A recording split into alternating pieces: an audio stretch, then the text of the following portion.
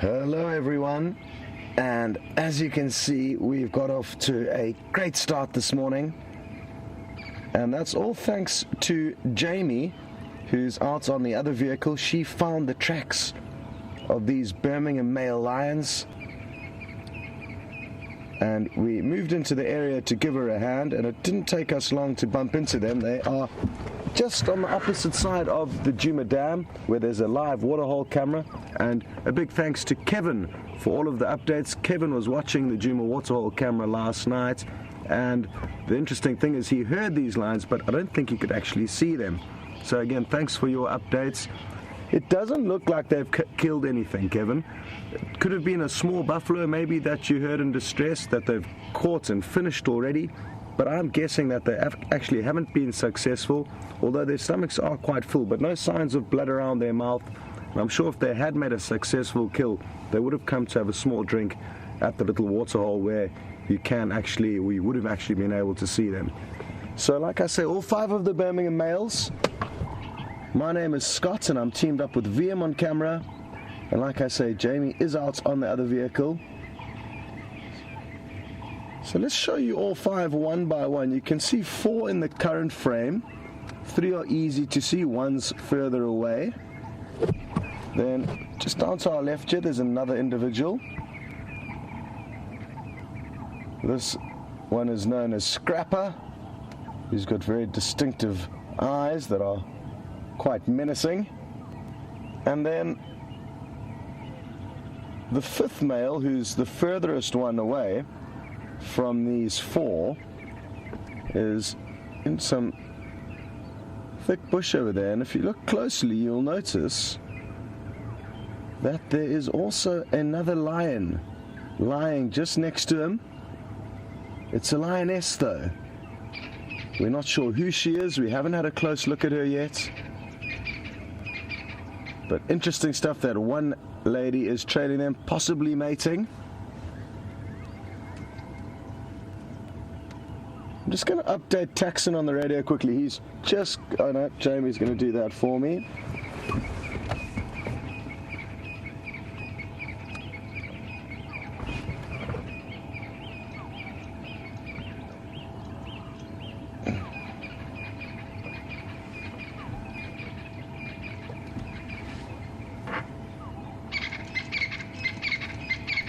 We've got some more interesting updates that have come through from Karin, Ravi and John, and it's going to help us piece together the puzzle of what may have happened with these lions last night.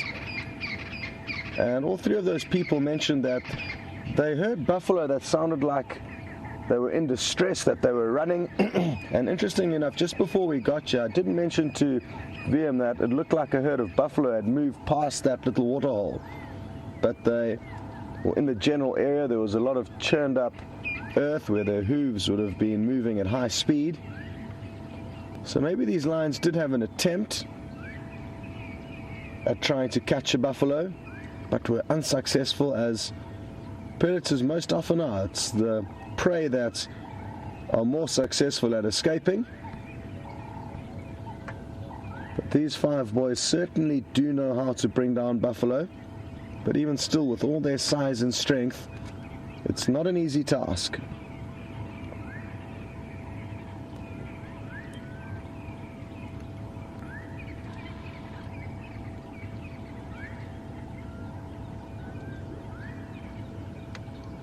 Well, I'm not too sure exactly where these lions were yesterday, so I have no idea how far they may have traveled over the course of the night, but Jamie did find their tracks on the kind of north and western portion of Djuma, so maybe they came in from Buffels Hook, our northern neighbor.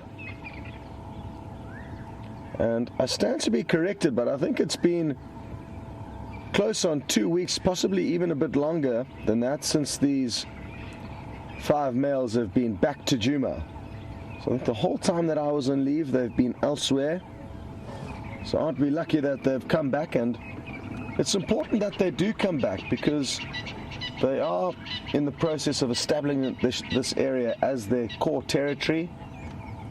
Not just Djuma, but Djuma and surroundings.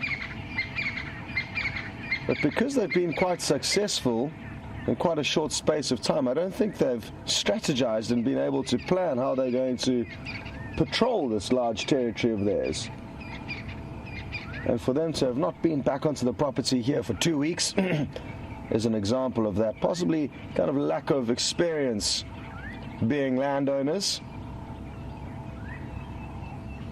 Their property will need upkeep and maintenance, and that's all relating to patrolling and making sure that no other males are infiltrating, as if they do, they may run the risk of their cubs being killed. Not that they have any cubs yet, but in the coming months I'm sure they will have a few.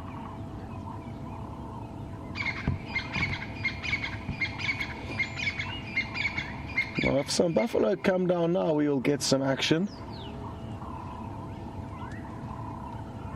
But for now, they're looking quite sleepy. Oh, you see, just as I said that, something's got their attention. What is it?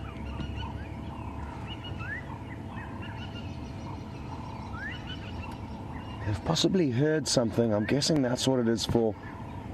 These toots have picked up their heads so quickly. Look at how beautiful they are in this morning sunlight. But obviously nothing too serious.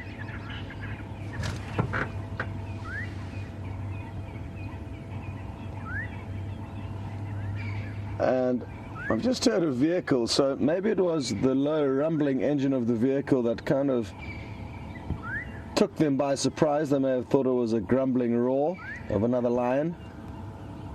So even the animals make mistakes. It'll be a very common sound for them, the audio of a vehicle, which they've become very used to and shouldn't be scared of, but I made a little mistake there.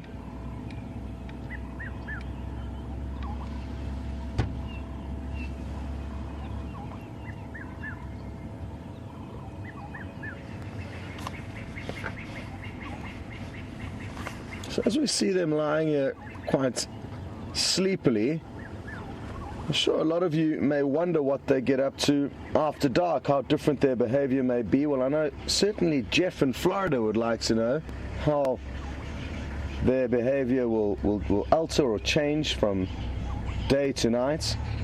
And a lot depends on the time of year, Jeff, as well as the pride of lions. And we've just got another vehicle joining us here, and they've got some WildEarth viewers on the vehicle. So isn't it wonderful? I think I'm just going to ask VM to pan across and show you Taxon with some WildEarth viewers that have come out all the way here on safari to see the Birmingham males, and haven't they got lucky? They've had a wonderful trip so far. And that's Terry and Carol on the back, and Liz and Tom on the front, and Taxon and Fanwell taking them on an adventure. Wonderful.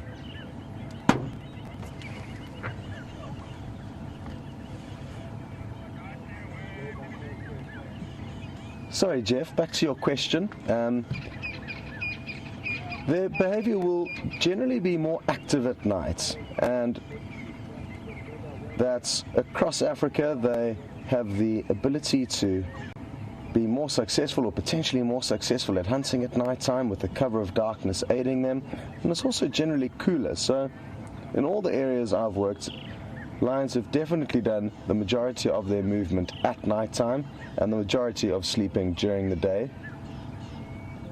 Cubs will also kind of just fit in with the rest of the pride. They'll start moving with the pride from about 3 months of age, so, and even younger than that, but they will also be kind of on the same wavelength as their parents? It's a good question, Jeff, because we don't spend much time out at night, so it's difficult to know exactly what goes on. But hopefully, in the future, we will be afforded to, with the right technology, to go out more at night time and get a better insight as to what they do, because so much of our time that we spend with them is while they're asleep. And I think our odds would be a little bit better if we were out at night.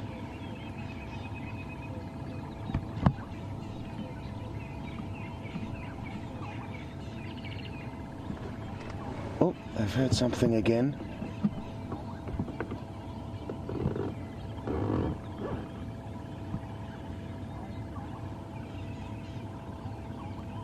Interesting stuff. But, again, possibly a false alarm. So a lot of the questions this morning are coming through from Florida. The next one's from Mike.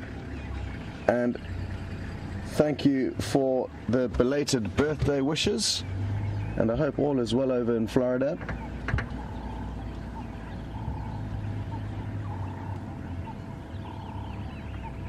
And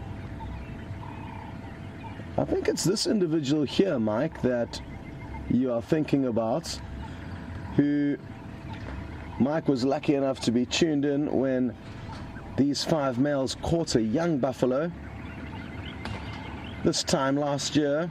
And you're right, Mike, time certainly does fly. And it was the blonde male who could be this one, or it could be the one over with the female, who's kind of changed a little bit in shape and form since this time last year. But one of them was certainly dominant and trying to keep the herd of buffalo at bay that were running in to try and save their herd member. They were unable to do so, so I think it was this individual here, Mike. I'm not sure what you think. His mane's not as blonde as it used to be, but he's the biggest of them, and that's why he's the one lying next to the lady, who's just off to his left, if some of you may have just joined the show. Hard for us to see her, but we will reposition a little bit later and give you guys an opportunity to try and work out who this lioness could be.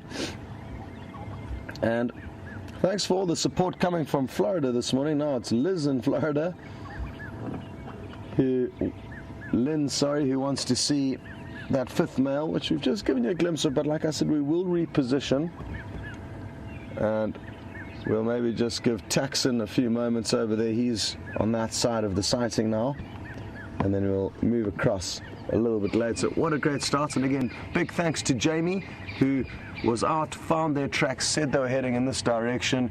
We were at a road junction about 100 meters away from us, actually, and I was initially planning on turning right when I got to the T-junction, and just before I got there, Jamie said, well, I found these tracks, they're heading in this direction, so I thought I would check Mvubu Road, and after driving 50 meters, we came straight across these lines. So we got incredibly fortunate, but the interesting thing here is that had we have turned right and had have Jamie not found those tracks, we would have carried off in search of the wild dog, which were kind of left in our northeastern corner of Djuma last night, and those were our initial plans that changed quite abruptly. And I'm glad that our tracking, well, lack of tracking, actually, it was simply luck, was paid off, because VM spotted them within a few minutes of Jamie's report. I am quite tempted to still go searching for those wild dog, but there's a lot more time this morning, and we may head off and do that a little bit later. I still have not seen this pack of 3 adults and 11 pups, so looking forward to changing that.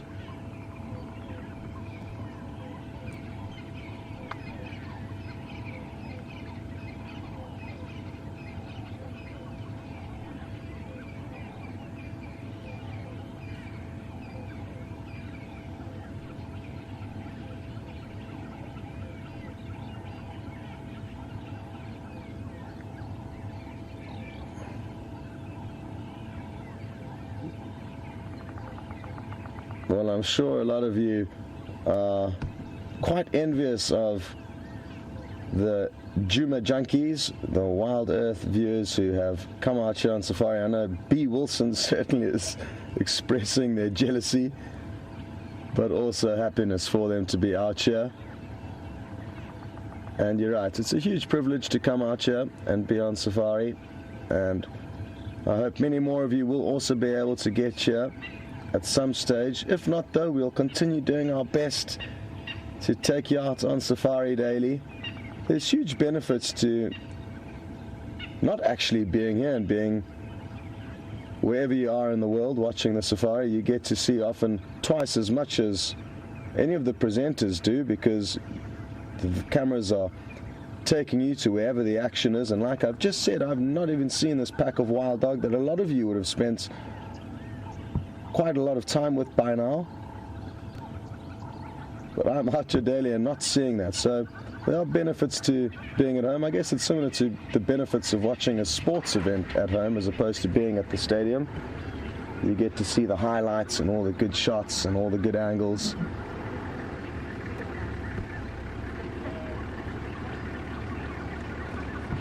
Now, there was another request from Julia asking for any help on whether or not I would be able to help identify a bird call that's early in the morning, a long high-pitched call, and I'm not too sure what it could be. I'm going to ask VM to maybe zoom out a little bit and show you the wonderful angle that these guys have of the lions. Look at that, maybe that's a screenshot for the Juma Junkies page right there. It's a pity the lions don't have their head up, but isn't it wonderful that those two big males are right in the foreground there.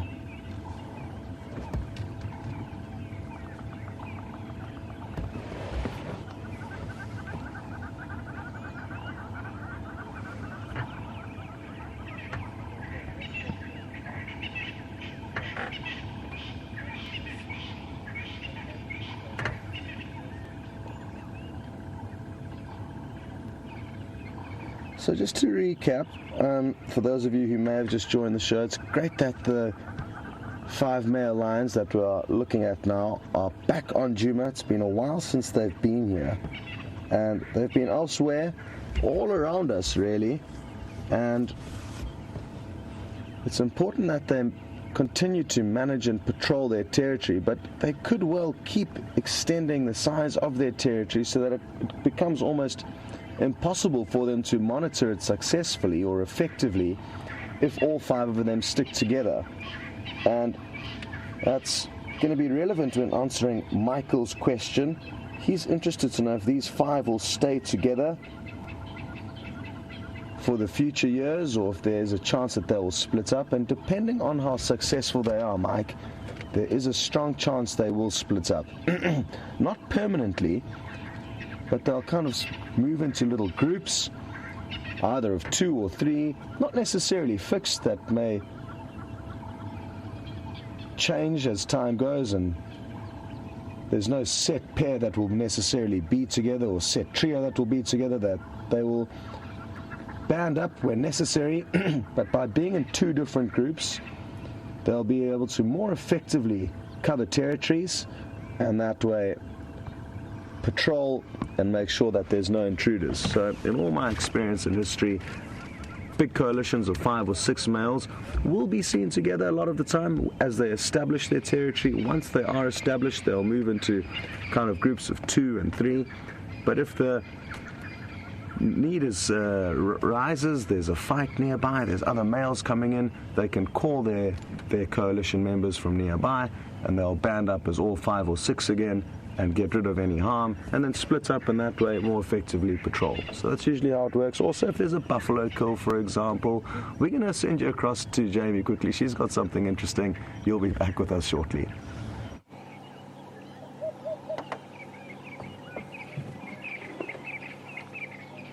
And a very good morning to all of you, and welcome to the Sunrise Safari on this rather chilly start to the day.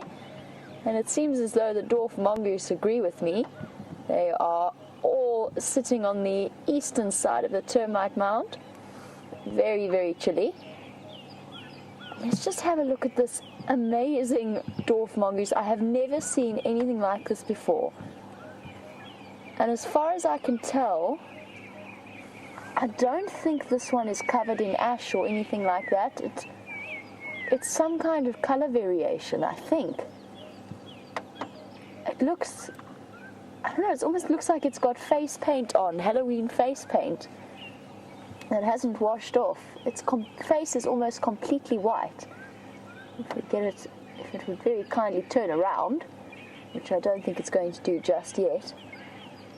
That's incredible to see. I've never ever seen that before. I'm going to have to go and do some research into color variation on dwarf mongoose, especially isolated to one patch of fur around the face. It is so interesting. Oh, big yawn. Somebody was very sleepy. And that little one who just turned around and started climbing there has a couple of bite marks around its skin. Maybe got into an altercation with possibly one of the other mongoose. It could also have been a predator. Lucky escape. There it is. You can see the two wounds on the side. Nothing too serious. And this is a very busy termite mound. Perfect spot for sitting in the sun, which I completely sympathize with because I think I'm a little bit hypothermic. I keep underestimating how cold it is for midsummer.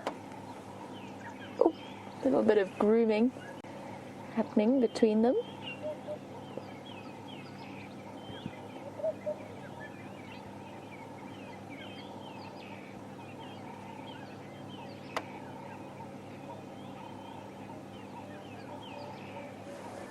As I said, just chatting a little bit earlier, there's the one with the injuries that I was speaking about.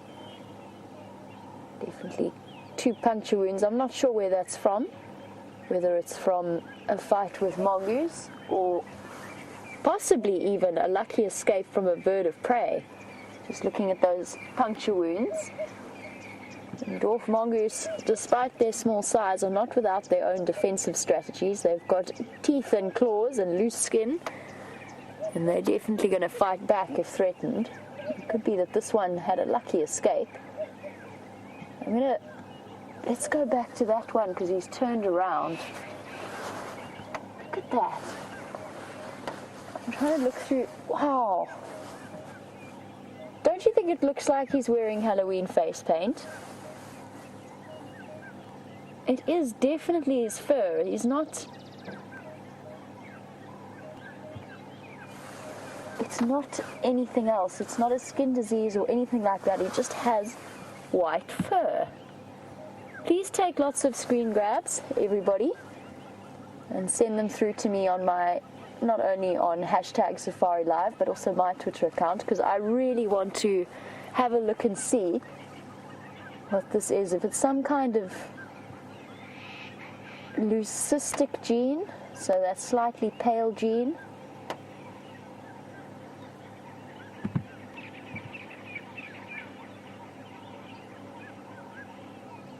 And one thought that did occur to me was that something gave him a little bit of a fright, but I can't see anything. It's definitely not us. Christy, you were wondering whether or not they go grey with age, and that might be the case. I have never heard of it, and I certainly have never seen it. You might get a patch of grey around the muzzle or something, in the way that your pet dogs or cats might do, especially dogs. But to have an entirely white face, I don't know. That's a new one for me. I'm going to have to go look it up. We know that there, of course, are lots of animals out here with color variations, and there's leucism, as well as albinism and melanism, all different genetic variations. It really looks like a Halloween character.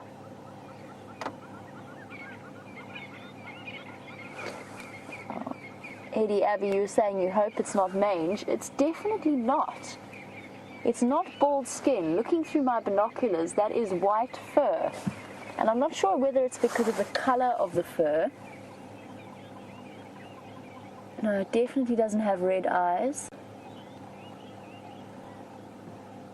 That is so interesting. I don't know what it is, honestly. It's some kind of color variation, but it is a mystery to me as to what that really has been caused by. I just know it's probably the most interesting little dwarf mongoose I've ever seen.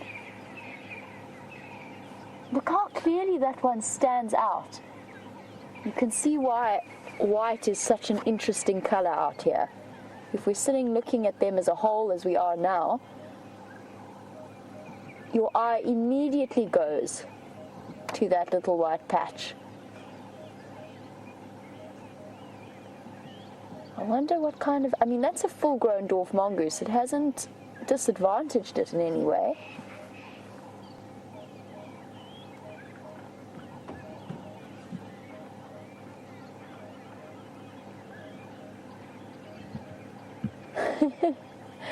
Donovan?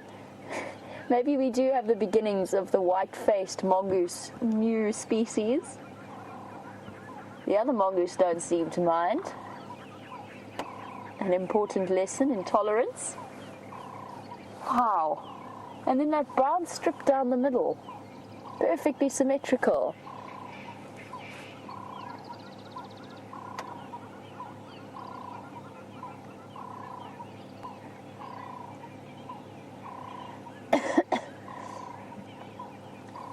Well, this has definitely been one of the most interesting sightings that I have seen.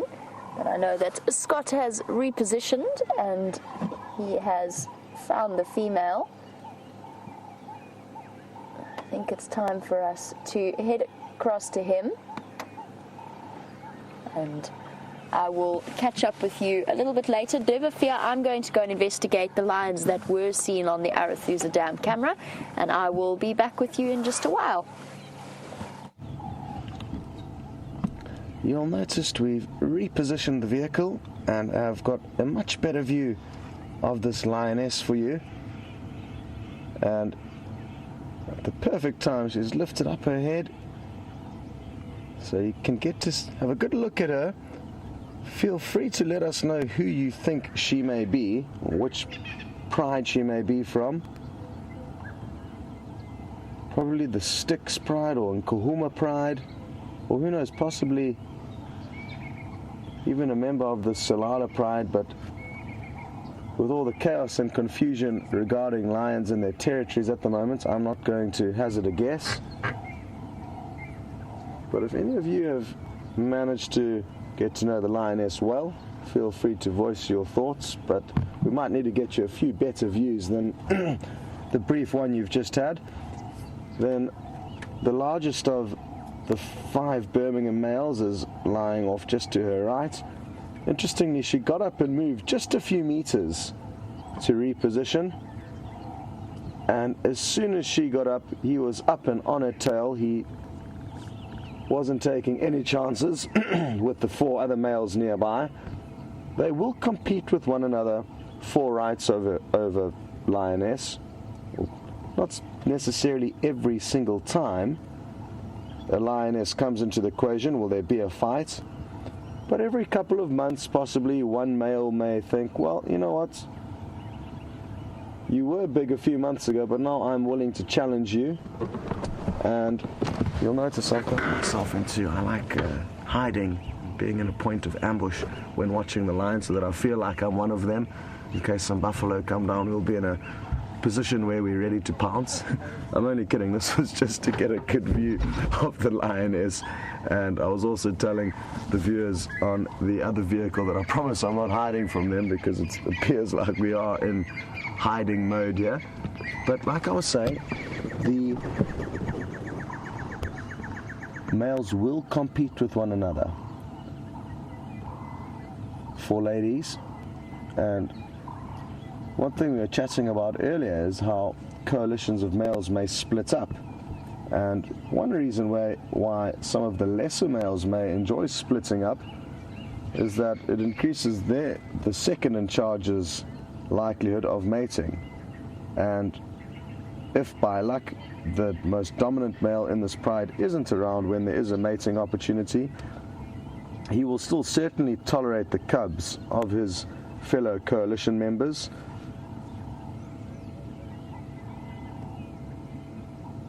Whereas they certainly will not tolerate cubs sired by males of another coalition.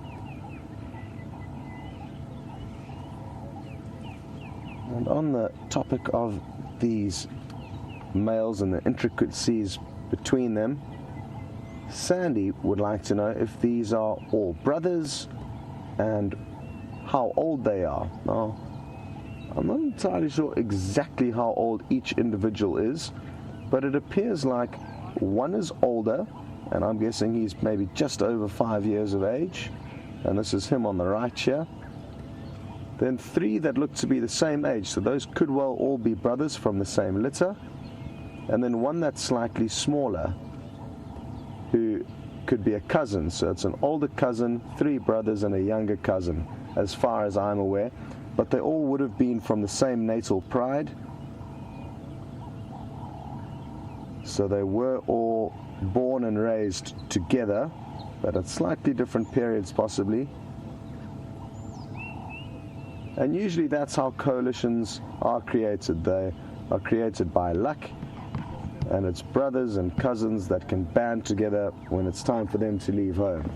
It's not the only way that it works though. You will find scenarios like young Junior in the Nkuhuma Pride, 1 young male who's unfortunate in that he doesn't have any brothers or cousins that he can head off with, so he'll head off on his own, and he'll be in a situation where he may need to join up with other males, possibly youngsters, or possibly even an old male will accept him into his territory. But there's no fixed plan or path for any young male lion, so it'll be interesting to see what does happen in his future. These guys are lucky. It's not normal to see 5 together. Not normal, but they are very lucky to be all together.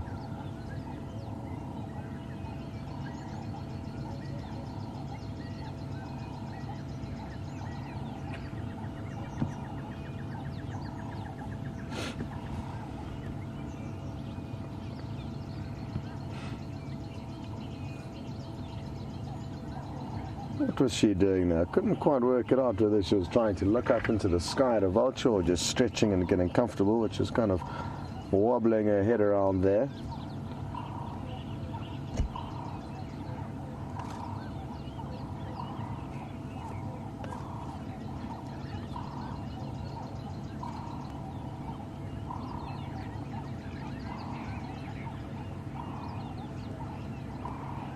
Now, I'm not sure what you guys think, but at the moment there is not too much going on here, and I'm thinking this afternoon and this evening is going to be the time that we should invest with these animals, and for now we could possibly go and look for something else. Now, there's no guarantees that a herd of buffalo doesn't arrive here in the next 10 minutes and an almighty battle ensues. So it would be a gamble to go elsewhere, but I think one that kind of makes sense. But send us through your thoughts on hashtag Safari Live on Twitter, or send an email through to questions@wildearth.tv. If you are joining for the first time, this is a great way for you to get involved. It is an interactive safari, as you would have worked out, answering questions from lots of people all around the world, and it's good if you guys want to jump on board as well. VM's just spotted the lioness. She's got her head up, so we'll take this opportunity to try and get you some more views of her.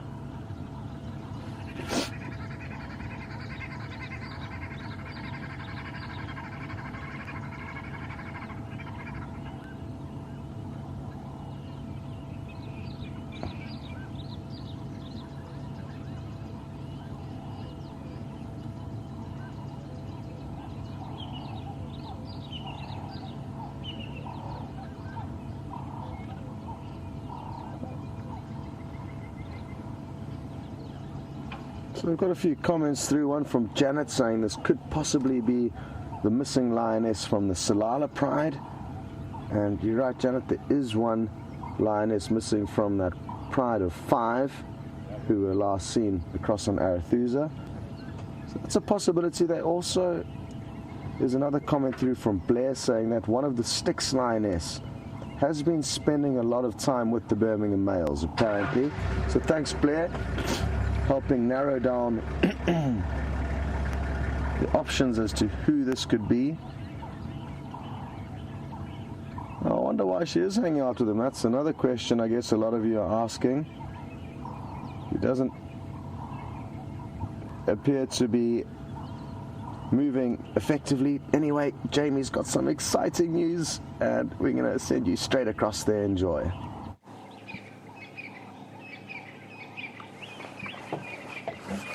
Exciting news indeed. Look who we have here. I need her to look at me. I think it's Shadow. We are on Arathusa after all.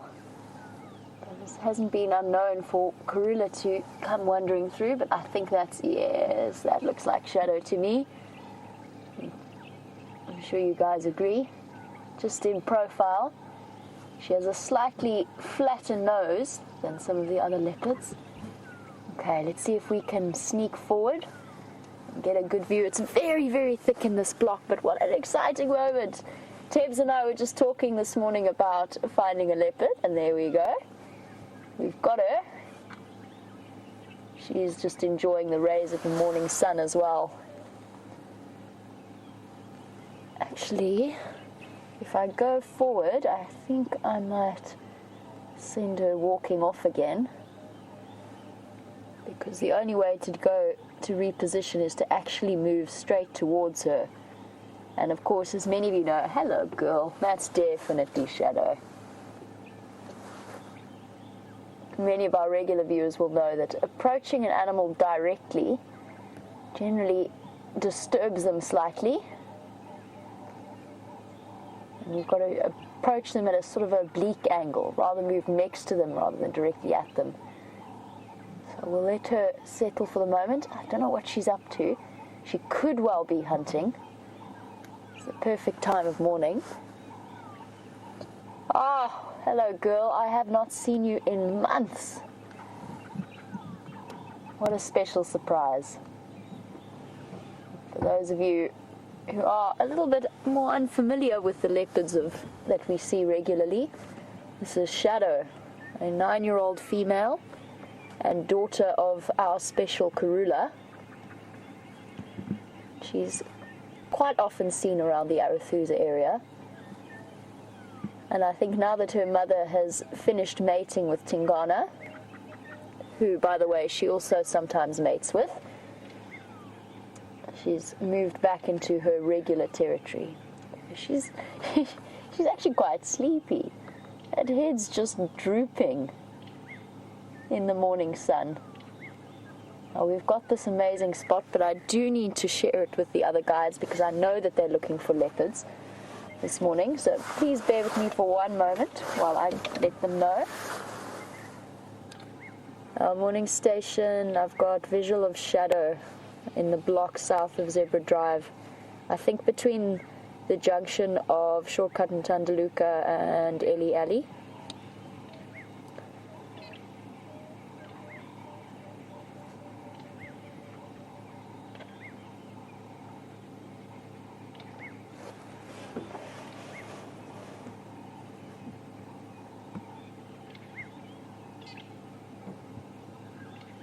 Beautiful. Look at that. Perfectly captured in the morning sun.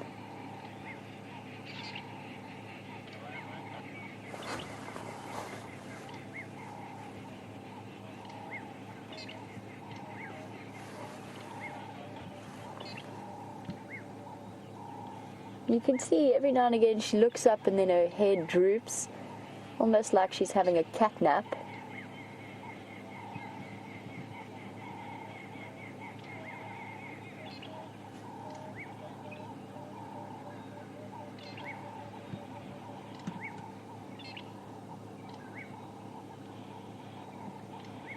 Now, Thierry, you were saying that it's wonderful to see a leopard on Safari Live, and we just wanted to know how many leopards we see or might see in the Djuma and Arathusa area, and of course, barring the odd animal that might come in unexpectedly, we have Shadow and Kwetile in this area as the females, and Karula around Djuma, so that's 3 of them. Tingana and Mvula, the 2 big males, as well as the Anderson male every now and again. Kunuma in quarantine, Karula's adult sons sometimes pop their noses in. And who else have we got? Did I count Kwetile? Yes, I counted Kwetile. That's around 8 leopards that we regularly see, although quarantine and Kunuma, I would say, we're less likely to spot. They've been establishing territories just outside of our area. But definitely one of our special leopards, this Shadow. I know that all of you, and myself in particular, have a soft spot for her. It's good to see her looking happy and healthy and fairly well fed as well.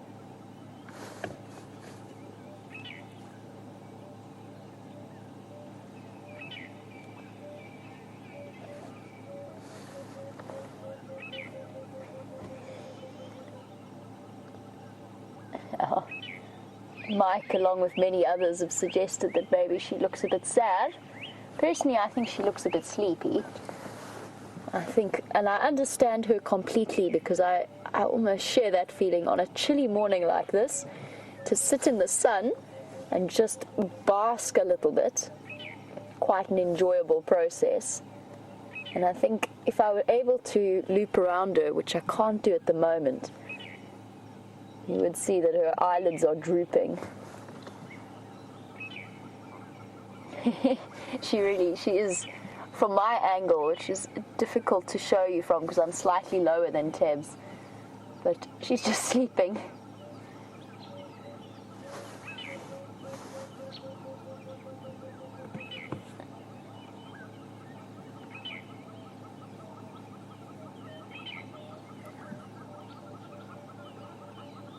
Now, I mentioned that she looks happy and healthy, but Angel Lady, you were wondering if she looks pregnant. No, I don't think so. It would be a bit early for us to tell, which sort of brings me into Mo's question as to when we can expect to see cubs coming from Shadow. She was mating with Tingana.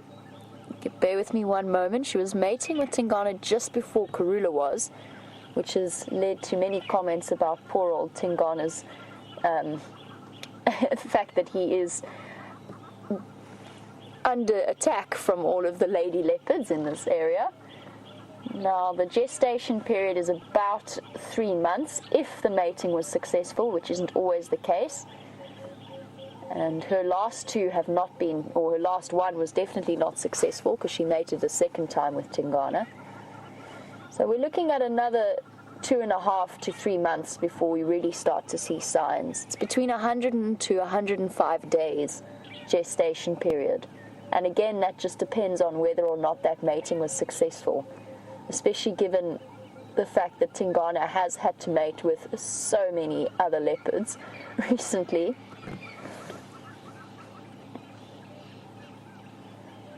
She's settled down. She is lying down. I think she's decided this is a good spot to have a quick nap. Cat napping. And leopards do this. They move through the bushes, stop and have a quick rest, sleep for a while. I still think she might be, they are opportunistic, so she might have been looking for something to hunt in this area.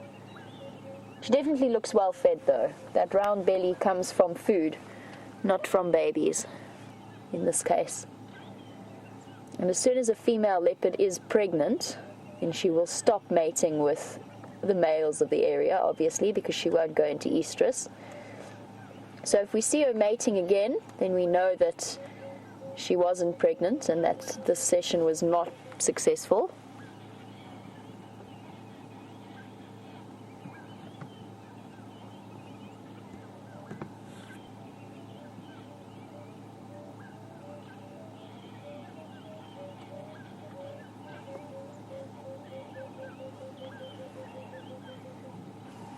Well, I really want to be able to reposition to get you a nice view of beautiful shadow. While I do that, let's head across to Scott and his lions for a last few minutes with them, and I will be back with you later. So this male's just flopped down. He's the big individual. We're still with him and the lioness. And well done to Jamie for getting you guys a great view of shadow. Incredibly lucky we all are this morning. Big cats all over, which is wonderful, because there have been a few dry spells over the last couple of weeks and days.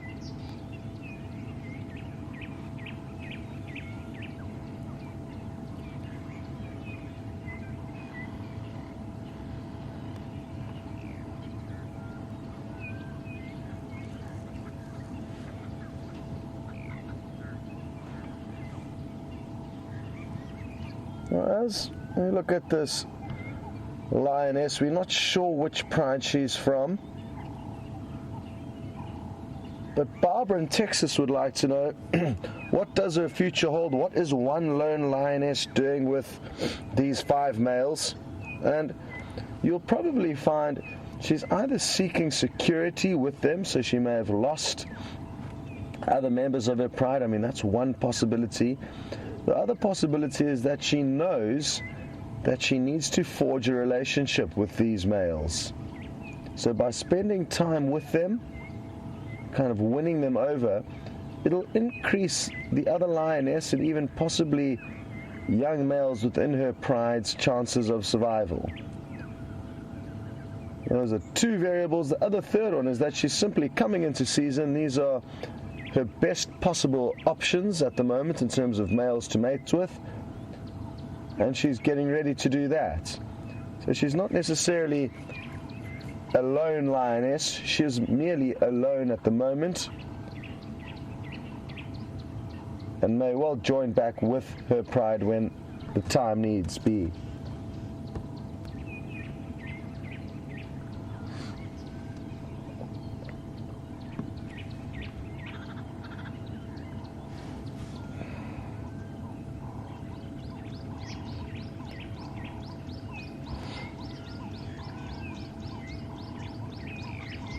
Great to hear from another viewer who did come out and visit here in the Sabi Sands earlier in the year, and that's Brian from Philadelphia. Thanks for sending through a question, Brian.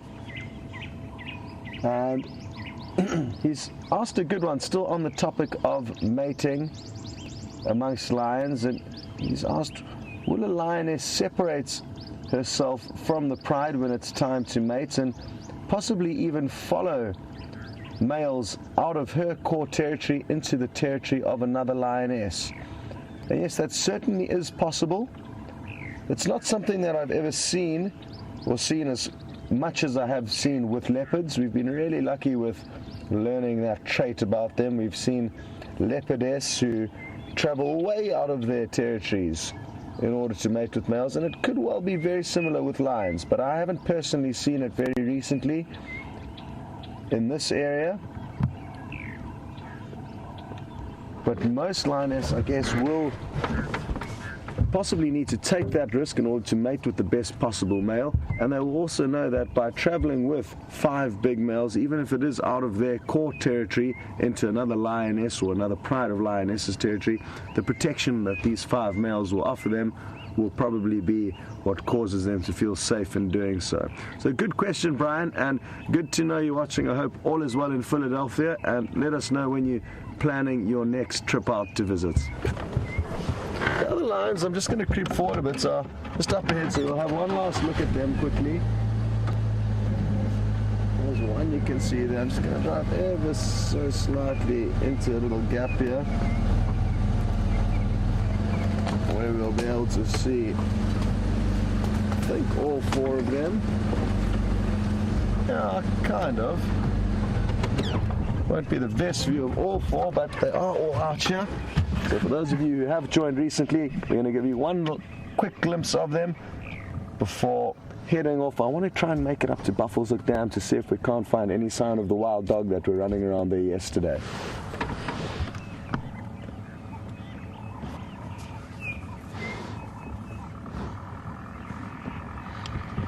So there's 3.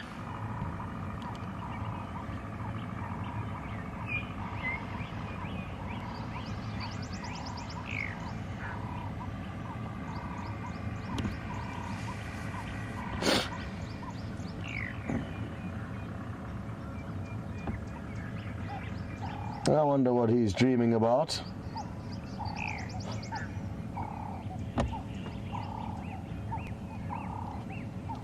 Absolutely awesome. Fairly full-bellied. I mean, they're not starving, but they're not stuffed as lion can often be after gorging themselves on large prey. But good prospects for this evening.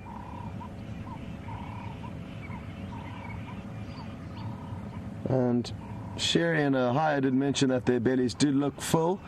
So you're right, Sherry, but like I said, you probably agree they are not bulging as they sometimes can be after feeding on a very large kill.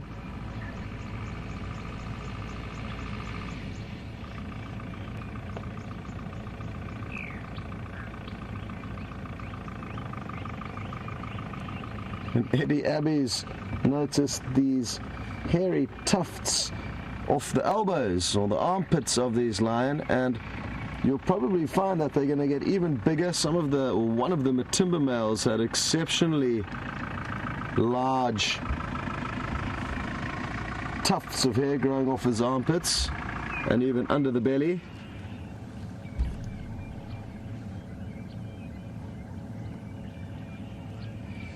I got a question through earlier from Lynn, and she was trying to kind of work out how do these lions one day fight with one pride and the other day be mating with a member from that pride, and that's Lynn in Michigan. And it's a good question, and I guess the best way to think of it is that if you are thrown onto an island with a whole bunch of humans that you don't know, there may initially be some arguments and kind of peacocking. Everyone's trying to work out who's who and establish dominance. But after time and after a few little skirmishes, you'll probably realize that everyone's not so bad, and you work out your differences and then start moving on. And it's the same with the lions. You know, these lioness are going to be resistant to 5 males that only... Okay, we're going to send you across to Shadowland. Sorry to cut your question short, but I will continue answering it whilst searching for the wild dogs. See you later.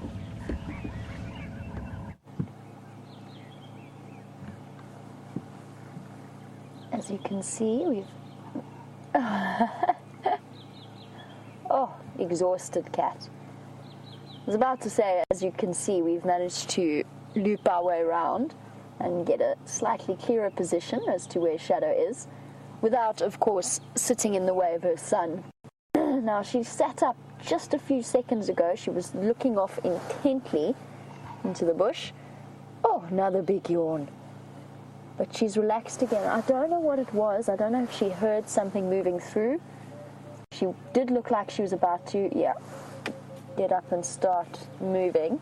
Usually when cats yawn like that, it's a sign that they're about to move. Okay, bear with me a moment. We're going to have to reposition, and I can't do that when she's right behind the car. Okay, let's stay with her. Which way is she going? The other thing about leopards is that they don't always direction. I think she might be heading back to the road. No, she's going to stay here. We have to do a loop around. It's too thick for us to push through that way.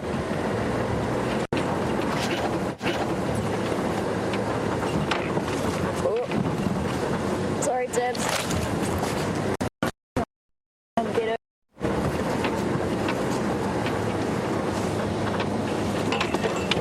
Sure, thick in here.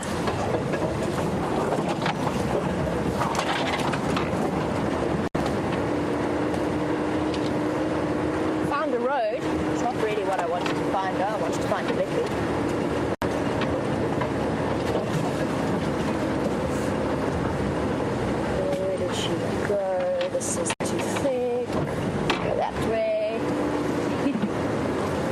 It's like doing a maze and trying to spot a cat at the same time. Where's she gone?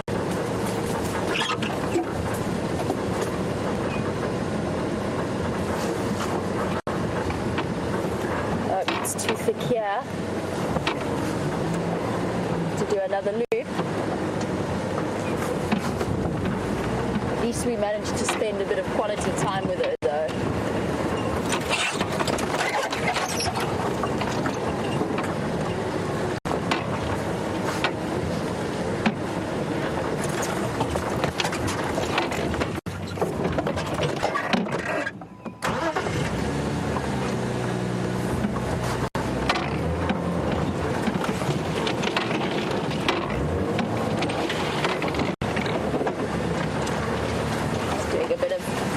Off-roading here.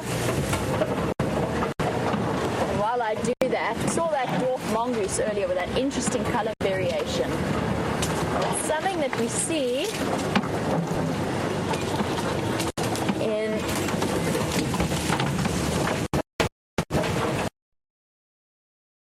guys, I know that it sometimes looks a bit serious when we drive over trees like that, but we pick the species that are young and can spring back. They'll be absolutely fine. It just looks a little bit hectic, but they will be back up.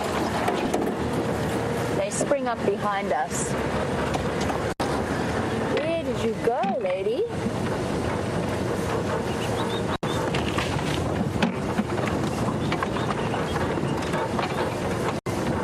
More the risk of a flat tire than anything else.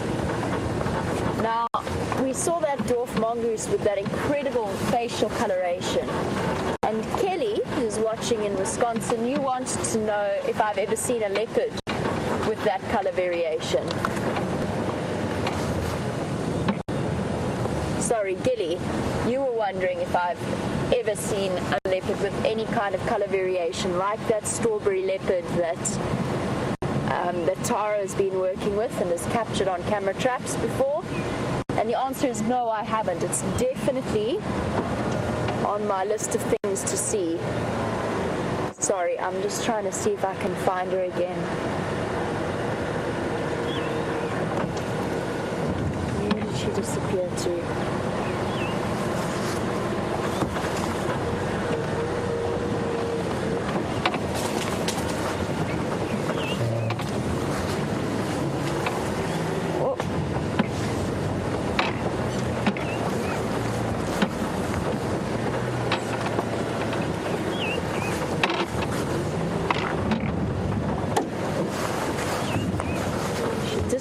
Last time I saw her, she was just in here and moving in that direction.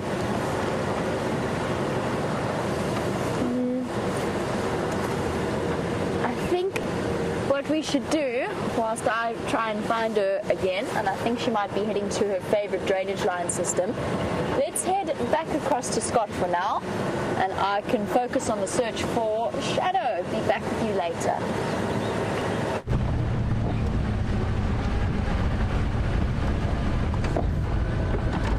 So, some excitement over there with Shadow and Jamie and all of you, and let's hope that Jamie has some luck relocating her. It's always tricky business in the thick bush, finding one of the planet's most elusive animal. And sorry, Lynn, all the way in Michigan, but we did have to rush you over there to Jamie a bit earlier. There was some potential action unfolding. And we were discussing lion dynamics and how it's interesting that males will one day fight with a pride of lioness and the next day be mating with them. But that's only in the initial stages, I guess, Lynn, once they're feeling one another out and getting to know one another. And it's the same with males who, like Junior, who may get kicked out of his pride shortly, or should technically already be gone. If he comes across another male lion for the first time, a big dominant male, they are going to have an altercation, not necessarily to the death, but they will work one another out, feel one another out in a fight. Then afterwards they may lie down next to one another, look at each other and sizing one another up, and realize that, well, this actually could work out, and they then become coalition members. That's how it does sometimes happen, and I guess it's the same with the males and the lioness. Strange behavior, but kind of understandable to a degree, but always different, and that's the tricky thing with all these scenarios. There's never going to be a set formula that plays out in nature. There are going to be general trends, most certainly, but every scenario and every relationship between males and females of both lions, leopards, all the different animals will always be different. And I guess we can look at ourselves to realize that many humans have got different traits and personalities, and that therefore has effects on relationships. Difficult for us to always know exactly what's going on.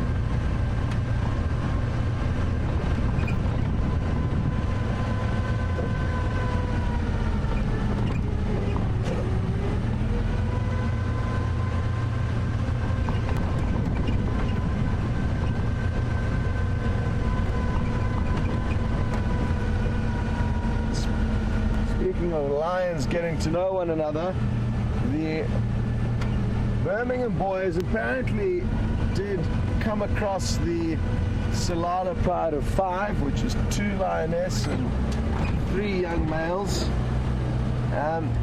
But I haven't heard anything further about that. I know Ellie Abbey and Bedros are interested to know if there are any updates on the Salala pride after this interaction with the Birmingham boys, and sadly haven't heard anything or seen anything. I'm guessing that they were just the guides in that area. I think it happened on Arathusa. We're just looking at the tracks, and the tracks indicated that there was some kind of a skirmish altercation, but up till now I haven't seen or heard any reports. Maybe Jamie knows something. But hopefully those 3 young males from the Salala pride are still in one piece. They're not in a fortunate position at the moment. At their age, for them to be in this area with these 5 males, the 5 Birmingham boys, it's not looking pretty for them. And they've already been fleeing from the 2 Matimba males that fled initially from the Birmingham boys. The Salala pride just don't seem to know where to go, or aren't picking the right spots.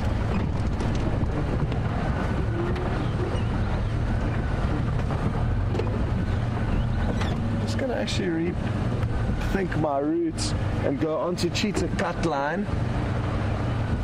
I was going to take this road up towards Buffelshoek Dam, but I think it'll be better for us to start with a wide search for the wild dogs. And the reason for that is that they can cover such huge distances in such short spaces of time with incredible stamina. So what we're going to do is do a big loop all the way around Cheetah Cut Line and then back up towards the Buffelshoek Dam.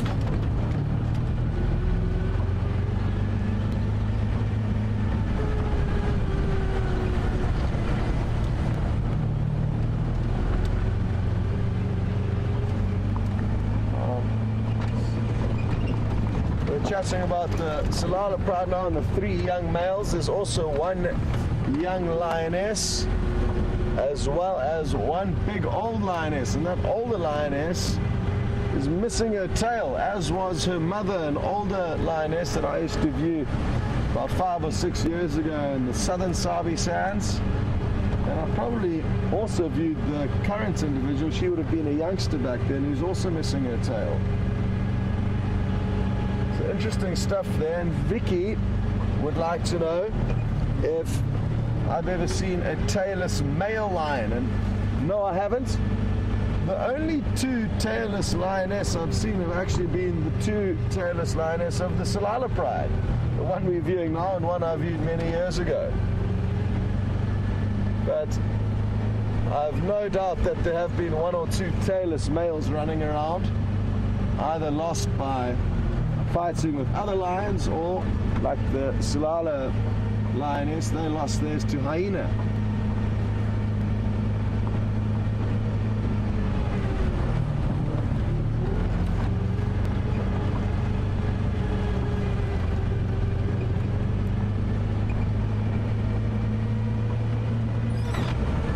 Just got a question through from Ramey, one of our seasoned safari goers. Ramey's all the way in San Diego, and Ramey has asked a question that I do not know the exact answer to. I've got a feeling that I do, but we're going to have to double check this. So if any of you know anything on the topic of lions and mange, please let us know the finer details, but I'm almost certain lions will get mange, Ramey. But I've never actually seen one in that case. But like most animals, and I know with captive animals, I'm certain it happens. Captive wild big cats that are not looked after well could get mange, but I'm not sure if that's a result of them being in captivity.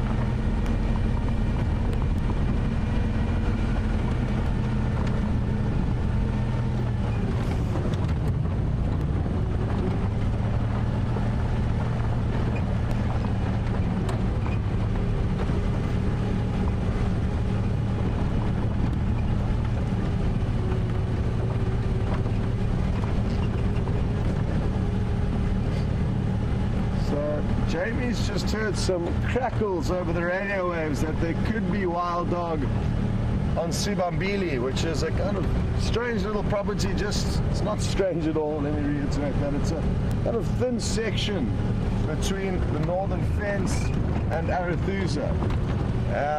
So they could possibly pop out onto Arethusa if in fact there are wild dogs.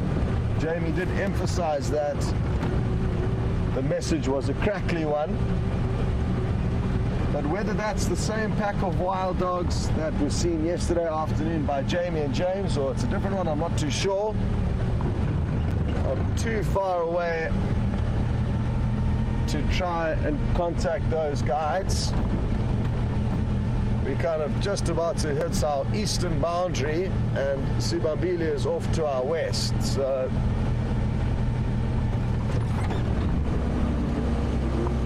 we'll just keep that in mind.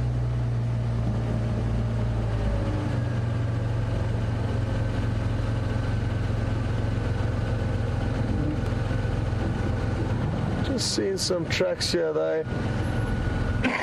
are wild dog tracks, but I think they're from yesterday. There's also a lot of hyena tracks here. And I'm just going to try and find some wild dog tracks that are nice to show you guys. But it's not going to be easy. What's nice though about the tracks here is that there's also some hyena tracks in the area, but it's all a little bit confusing. Sorry, I'm just trying to work out. So this tiny little track there on the end of my finger is a wild dog track, which does look similar to hyena, but it's not as large. But I need one right next to it, and the sun's already getting a little bit high to show you tracks clearly. But I think these are from where the pack were moving last night, not necessarily from today, so we'll continue.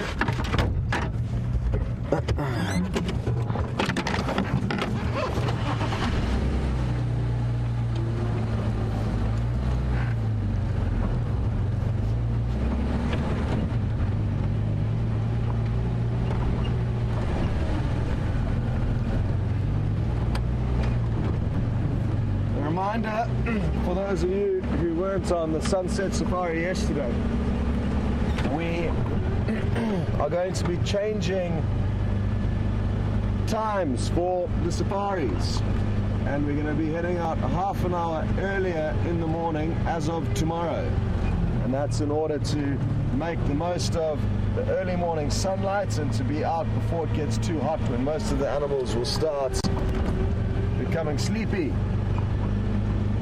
So 5 o'clock start, Central Africa time. And we're not going to be changing the time of the sunset safari. That's still working quite well for us. So that's still going to be 4 p.m. Central Africa time until 7 p.m. And the morning is just going to be half an hour earlier, like I say, from 5 a.m. until 8 a.m.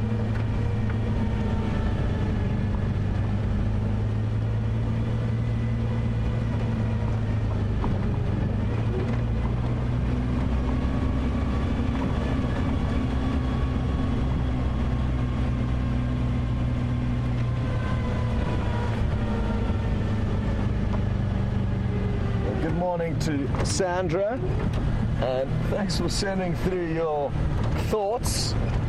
Sandra's mentioned that you can't help but wonder how many animals we must be driving past that we don't see in this thick bush. And you're right, Sandra, it would be a horrifying statistic if we knew how many lions, leopards, or any animals of interest we drove past on a daily basis. And especially on the quieter drives, we often wonder to ourselves, I wonder where, at least, you know, how close was it to us, or how close were we to the animal. But thankfully, our cameramen have got such good eyes that they're often the ones who help us, like right this second.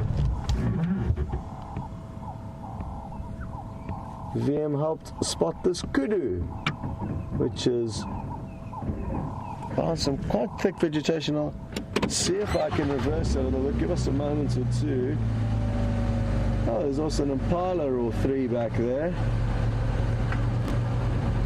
We might get a little gap, although it's on the move.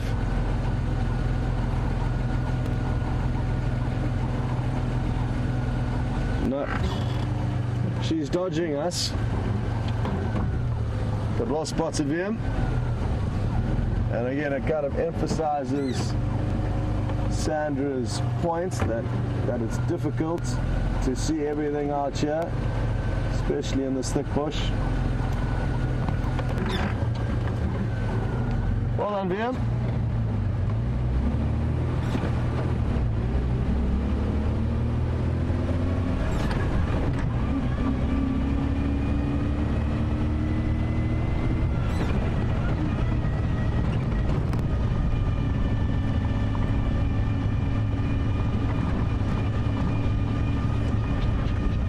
Thanks to Georgianne, Lisa, and Pretty Nightmare. VM, try and go for it, bud. Oh no. So, what was happening, or what still is happening, is that a lilac-breasted roller was doing its display, its rolling display. You would have heard that loud squawking, quack, quack, quack, quack. And that's what they do as they're building up kind of steam. And what they generally do is they ascend in circles and then do this rolling. They do a combination of rolls. They do a dipping kind of roller coaster loop roll from altitude, and then once they get a little bit low, then they roll from side to side.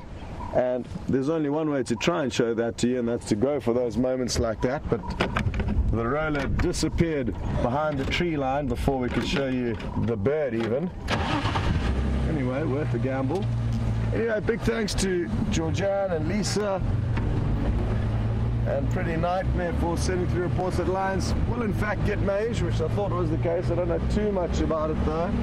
And there were also some updates of potentially the Ottawa Pride's cubs having mange. So I haven't heard anything about that. But I guess it does happen from time to time.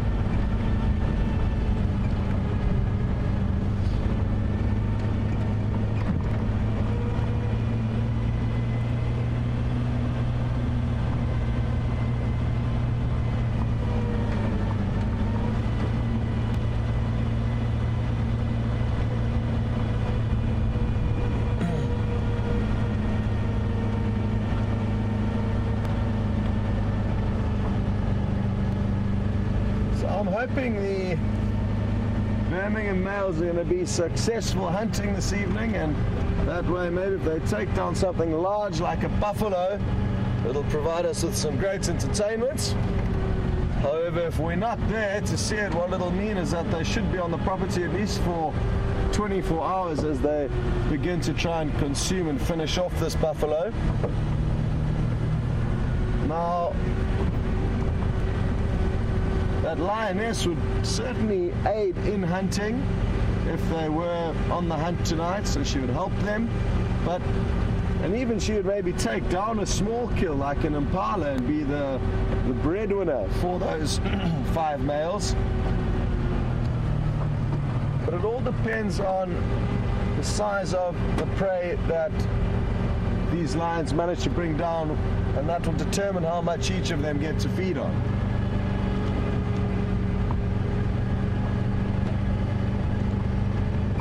Because Laurie in Wisconsin's interested to know, will that lioness get any food while she's with those 5 males? Because on a carcass, lions will compete ferociously with one another for rights to feeding. But there's so many variables, Laurie. Like I said, if she takes down an impala, they will take it away from her, all 5 of them. But then amongst the 5 of them, probably only 1 or 2 of them will get the majority of that impala. Maybe even 1 will get the whole thing.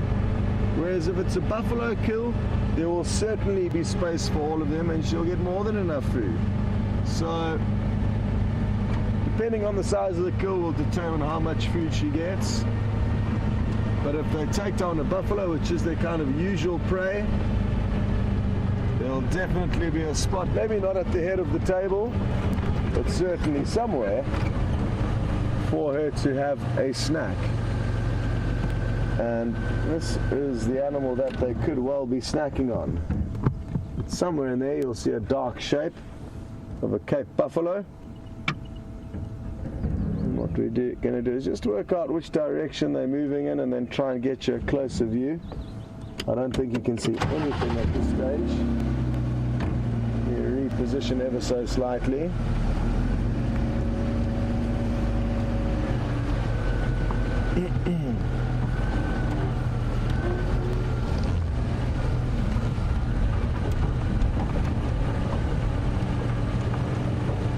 Looks like a few big old bachelor bulls, so I don't think it's a large herd, but maybe we'll be pleasantly surprised.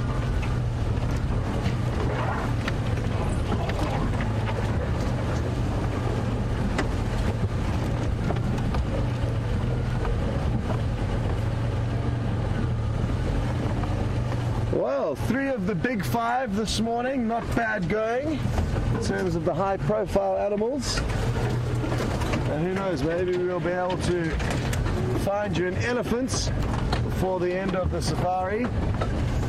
And that way we would have showed you as many of the big 5 as we are possibly allowed to. The only one that we cannot show you is the rhino. And the reason why we don't show the rhinos because we don't want to be involved in any way helping poachers gain knowledge as to where they are moving, as it is a critical condition, the state of rhino poaching in South Africa, and we don't want to be involved in any way. So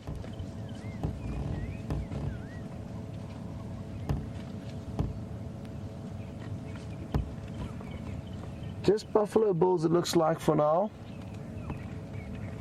There's a herd of about 30 or 40 of them kind of bands together, quite a large breeding herd, or sorry, bachelor herd. I'm guessing this could be them.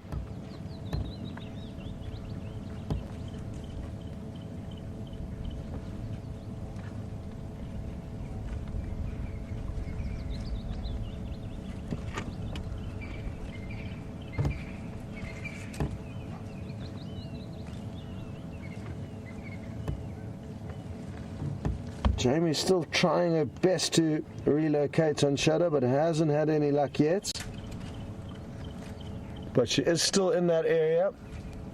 And like I said earlier, there's some incredibly tricky parts of this reserve to follow animals through, especially leopard, who are so small and can change direction and change course so quickly that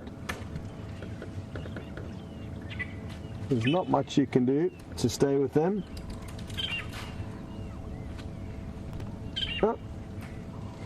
He reversed out of frame perfectly as VM got ready for the reveal.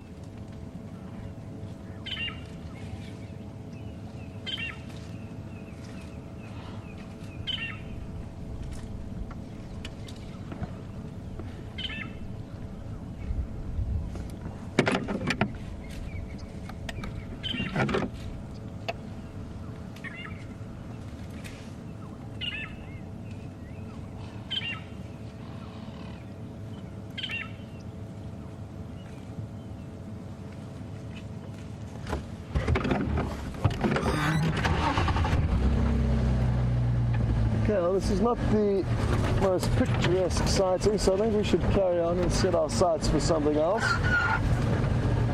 It's a bit thick in here and we're never going to get sustainably good shots, so just a little glimpse of the Cape Buffalo.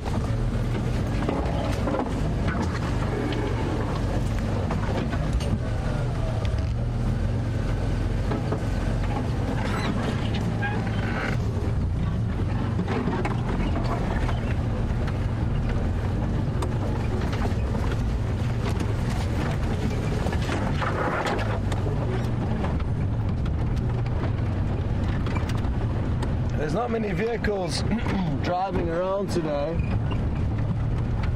so I haven't heard many updates on the radio. It sounds like there's nobody on Buffalo's Hook. It was just Texan that was out. Jamie's gone across to Arethusa, and that's the sum total of everyone driving around the properties that we can traverse here. You'll tend to find the busier the lodges are, or surrounding camps are, the more sightings are, which makes perfect sense. There's just more people searching, more people getting lucky. But there is a great sense of freedom when there isn't anyone around, and also that kind of exciting feeling that you know there's many areas of the reserve that haven't been checked. So everywhere we go now, there could be a surprise waiting for us.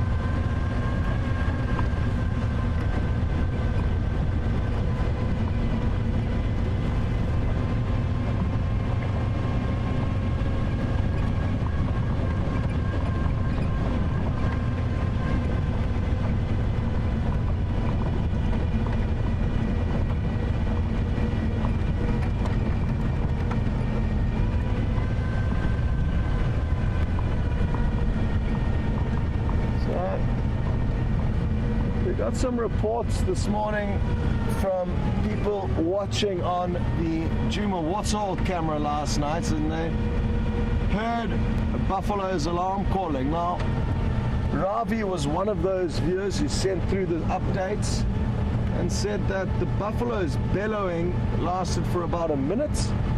And what could have happened to this buffalo that was bellowing? Maybe it escaped. It's highly unlikely, Ravi, that hyena would have stolen anything from 5 big male lions. You'd need 30 hyena to do that. And in the Sabi Sands, where hyena very infrequently do chase lion, I would say that is close to impossible. So not likely that it was the hyena. Even if the hyena were successful in killing the buffalo, not the lion, I would assume that the lion would have heard that buffalo in distress and moved into that area and chased the hyena away and stolen their kill. So what I'm guessing is that the buffalo probably was just making a noise, not necessarily bellowing for its life. Or maybe they had it, the rest of the herd regrouped, chased the lion away, and it escaped and ran off with the herd. That's a possible likelihood. Or one final analogy, or one final theory, is that they caught a small buffalo. That they've fed on, licked their lips, cleaned their faces, and it doesn't even look like they've fed on a buffalo, a large one. So, yeah, difficult one, Ravi. Difficult to read into sounds of the night. But thank you very much for those updates. And I guess a lot of what goes on here will only ever be known as theories as to what may have happened or what may have caused it to happen. Unless you're there to see something, you can never be entirely sure as to what caused it or what went on.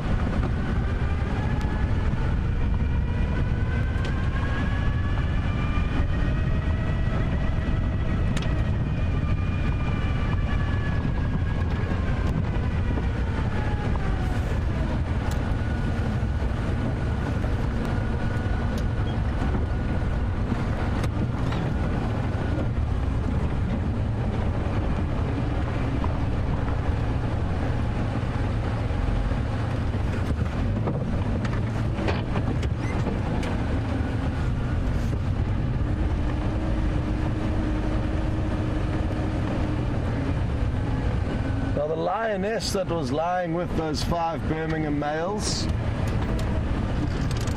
Joanne from Arizona, seems to think that she looked quite young because her ears were in perfect condition. She didn't have too many scratches or scars. And you're right, she was in good condition, but I did get a glimpse of one of her nipples, and it looks to me like she has in fact given birth before. So probably a bit older than that, maybe 4 or 5 years of age, but very difficult to be certain.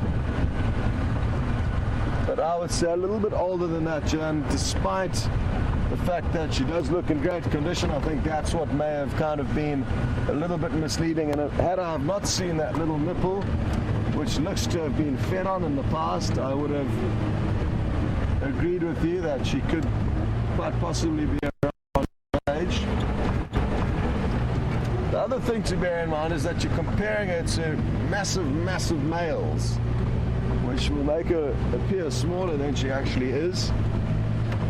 If you see lioness together, or lioness like the Solala lioness with young males, they will possibly look a little bit older, just from the size.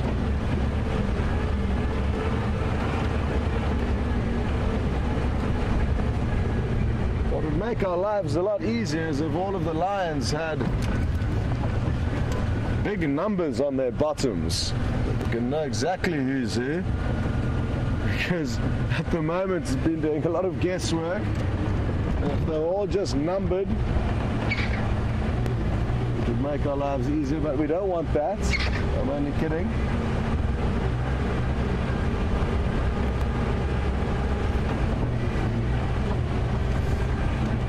Franklin letting off 1 or 2 alarms as we drove past there, crested Franklin, which you would have heard. So we're going to be approaching the dam in the next minute or two, and let's hope that there's something there. And Mike in Florida has just asked for us to keep an eye out for any kingfishers. And Mike, I've got good news. I think we are going to be able to find you a malachite kingfisher, a tiny little kingfisher, incredibly pretty, that I've noticed lurking around Buffelshoek Dam. Interestingly enough, the same thing happened last year. Well, I only arrived this time last year, but I remember a malachite kingfisher or 2 around Buffelshoek Waterhole, whereas in the winter months they appeared to disappear. Not sure where to.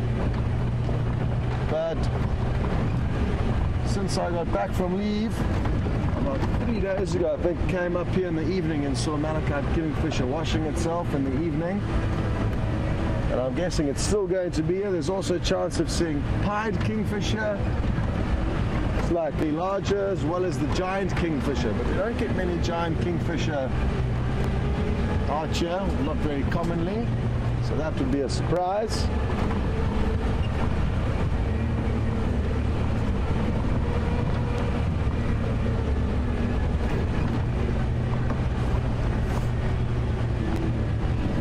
So we've got a comment through from Ria, who's acknowledging my mane that I'm trying to grow. I'm trying to compete with the Birmingham males. I know my style is not quite normal. It's almost like a duck's tail, but I'm just going with it for now, and we'll see what my head is doing tomorrow morning.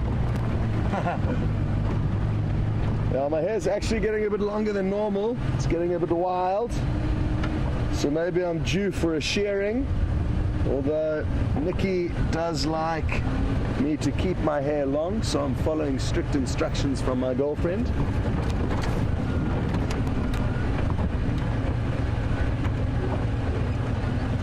Oh, wow, we are in for a little treat here. Some surprises.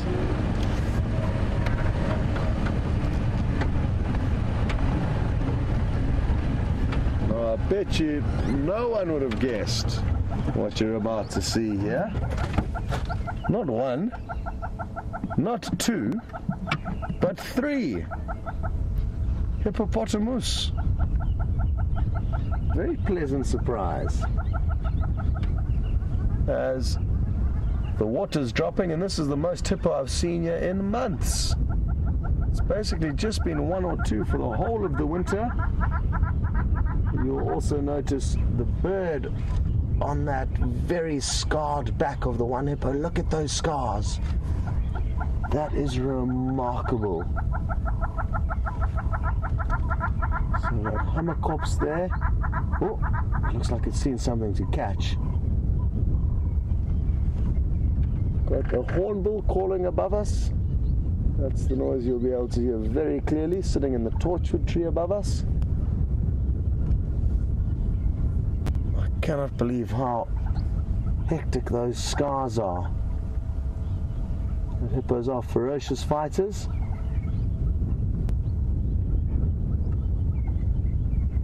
I think there may even be a fourth hippo, believe it or not. It must be a youngster just on the other side of the scarred back. I saw what looked to be a little head moving. So keep a close eye out.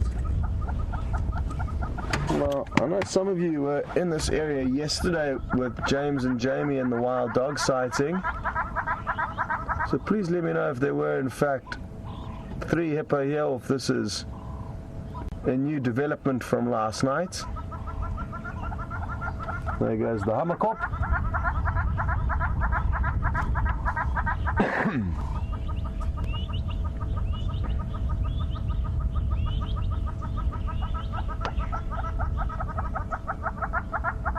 What I'm thinking of doing is just repositioning the vehicle slightly, and while I do so I can answer a question from Angel Lady.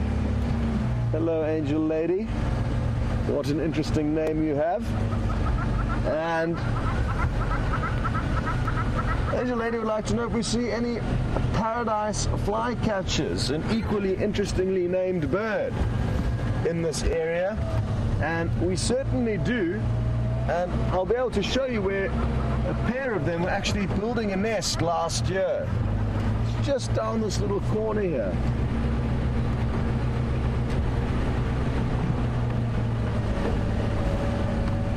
Just got a little spider web over the lens there.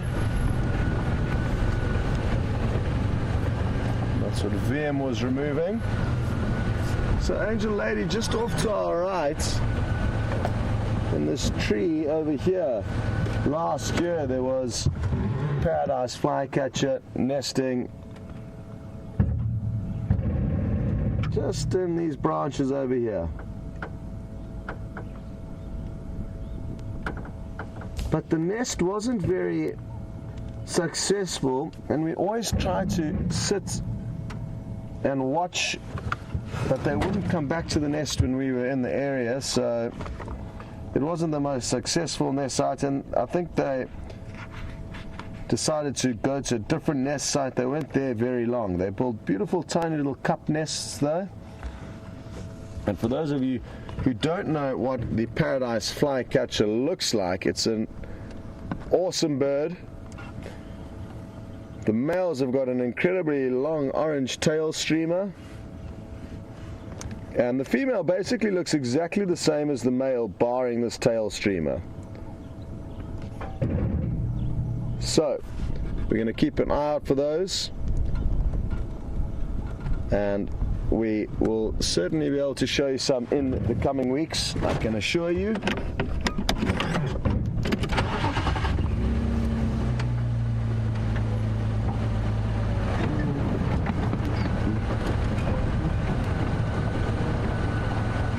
we've still got quite a few migratory birds that still need to return from their winter homes. And Chris Rogue has asked or mentioned that she can't wait to see the flying jewels, which are the Woodlands kingfishers. Incredibly beautiful birds, the Woodlands kingfishers. And I think that it's not going to be long until they get back. I think they could already be a little bit late, so that's something to look forward to. Not only their beauty, but also their loud call. Chick! Brrr. So that's something we all are looking forward to, Chris. And what's the date today? It's the 6th of November. Maybe some of you would be interested in playing a little Woodlands Kingfisher lottery and placing some friendly bets or some kind of bets. Oh, Egyptian geese waddling off in the background there. Now you can see the fourth hippo. It's not easy, but you can see its body. It's the one that's kind of moving now. You can see 3 bodies lined up on the left. So 4 hippos, not just 3. It might actually be worth watching the Egyptian geese for a moment or two, because they look to be doing the inverted submarine as they feed on aquatic plant mats at the bottom of this drying up pond. They won't always feed like this, so this is actually wonderful to see. And more typically, they'll eat fresh grass green shoots on the banks surrounding waterholes. This is more duck-like behavior. Ducks are more prone to feed on aquatic matter, whereas geese like to feed on land.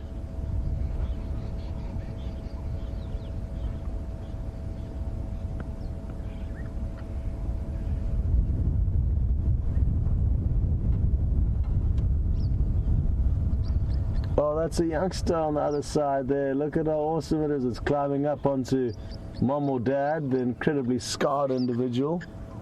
Look at this. Cute. Shame, look at those scars though. Very deep lacerations. Thankfully, hippo have got very thick skin, so the wounds, as bad as they appear, often don't affect any vital organs.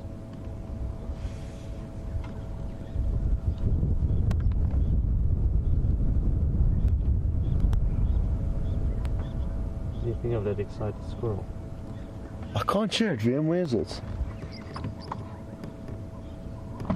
Sounds VM can hear a squirrel, and I've just started hearing it now. Maybe we should drive across there quickly. I'm just going to cup my hands behind my ears. It's quite windy, so not easy to tell exactly where this noise is coming from. And by cupping my hands behind my ears,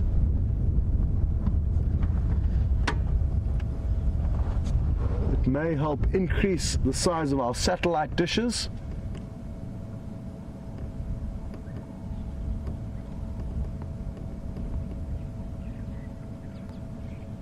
And that way be able to get us a little bit closer straight into that area.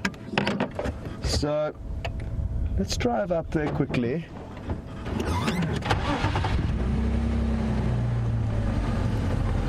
Oh, well, thank you very much, Auntie Lynn, for confirming that there were actually 4 hippos here yesterday. No way, we've got something awesome here.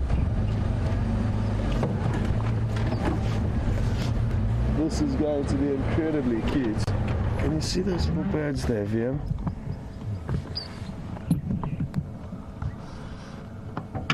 Now this is something I haven't seen before. Baby 3-banded plovers. Look at how cute that little thing is. I'm not sure where the second one's gone. It's a tiny, tiny little furball. That thing is probably the size of a ping pong ball, if that. Oh, it's going to join its mother now. There's mom or dad, and there's a tiny little chick. And there's two that I can see running around. They could be just days old.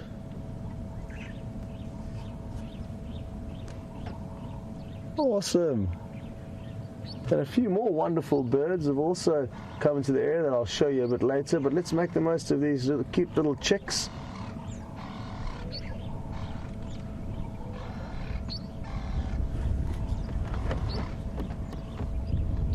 Now, with some bird species, they will rely on their mothers and fathers to feed them and nurse them for many days and possibly weeks before they can fend for themselves.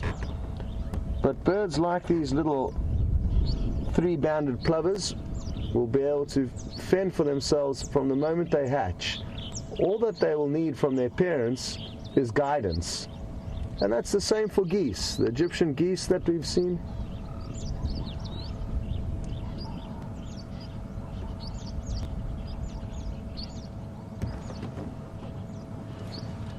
Well, we're just going to try and get you a comparison of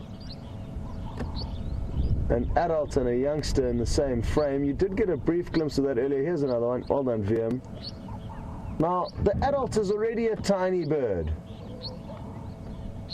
And what I'm thinking of doing is actually, I don't know what a good comparison is, but I guess the balls of elephant dung that they're walking past gives you a good idea of how small they are. Tiny they are.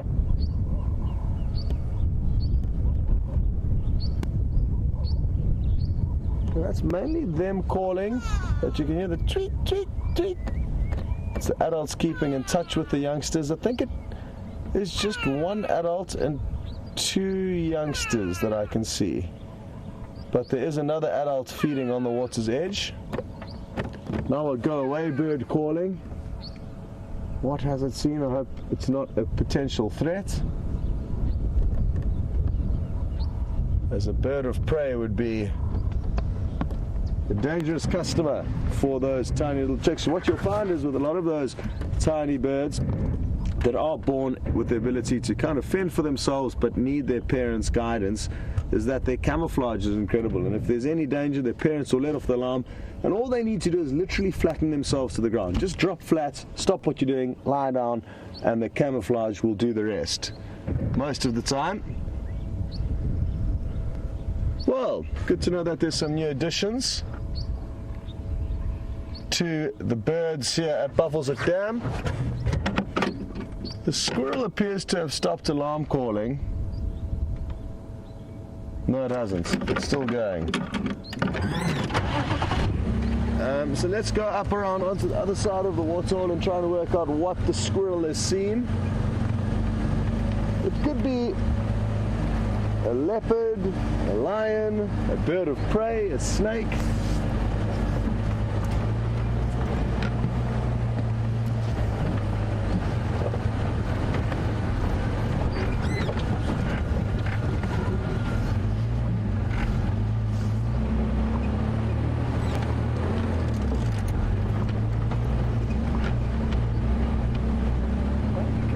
Got some dates coming through already for when the woodlands kingfishers will be arriving, and Mike, who's desperate to see them, says the 16th of November. Kathy says the 20th, that's her guess. And Christy thinks the 23rd is going to be the day.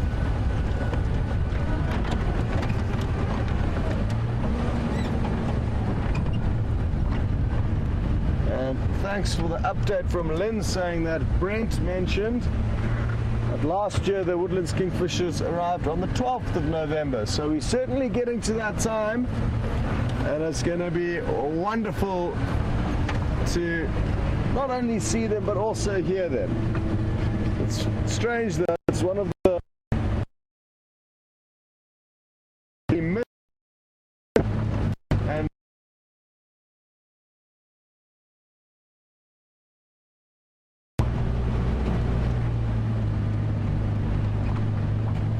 Sorry, I forgot to mention that that little dip hasn't got very good signal.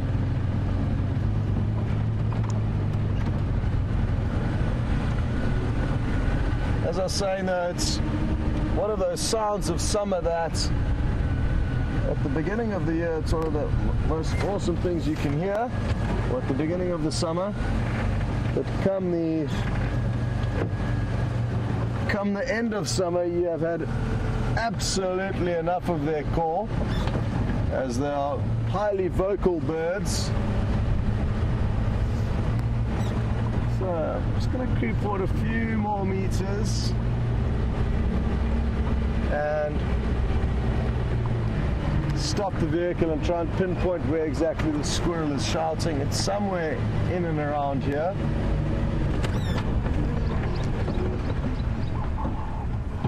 Okay, turtle dove calling.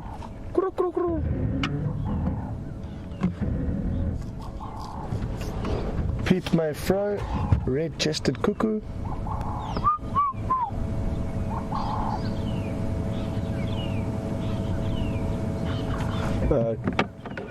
Okay. The squirrel is in a tricky spot.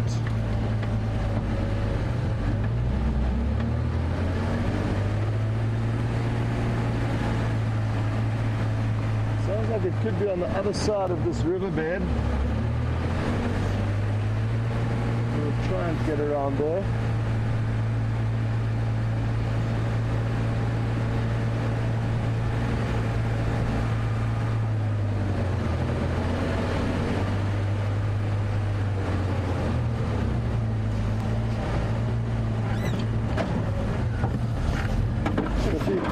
Regarding those little plover chicks. Christy's wondering what predators will feed on them. Well, just about anything that can overpower them, which is just about everything because they're tiny. But more commonly or more likely than anything else, monitor lizards, birds of prey, snakes.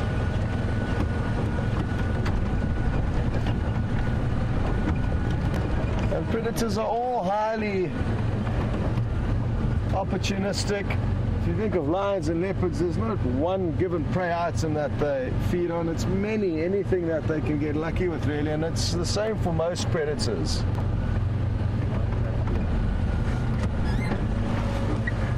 Liam spotted some lion tracks here. Interesting. This looks to me like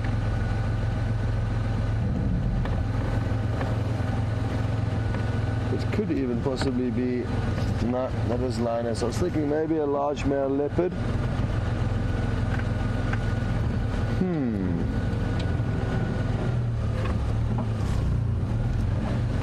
Too big for a leopard, I think, but there are some tracks just down here on our right that VM can show you. There's one there, another one up here.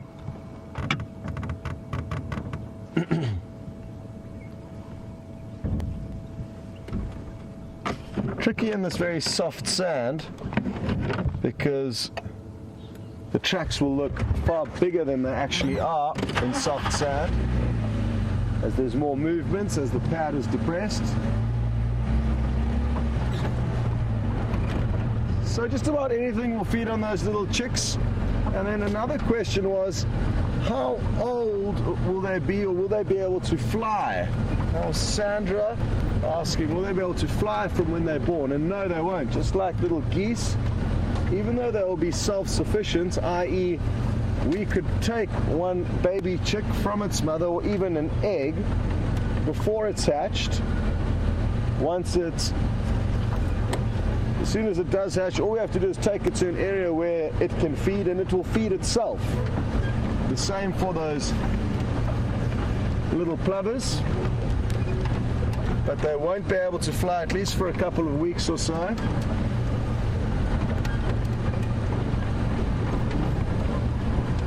Where is the squirrel?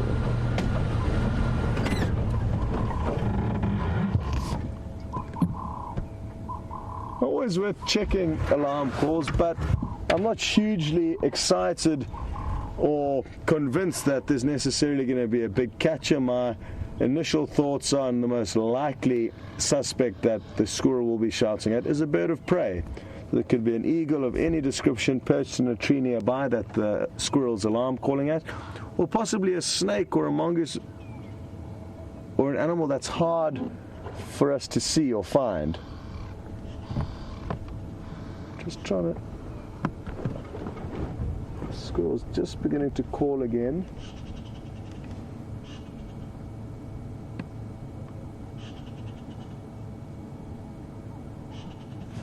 I think we've actually just gone past it. So give me a moment or two more and we should hopefully have the squirrel in our sights. It sounded like it was calling from this large knobthorn tree up ahead of us here.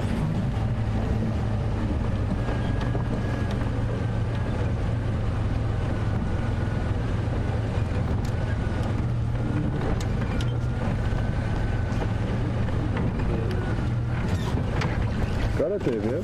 It's a big bird to ride, can't see. Liam spotted something.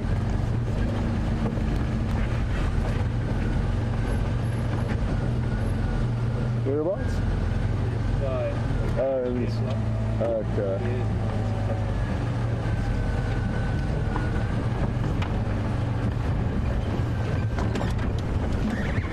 Not sure what eagle there is soaring above us. We should be able to get you a glimpse if it leaves the area of the tree. There we go. What are you?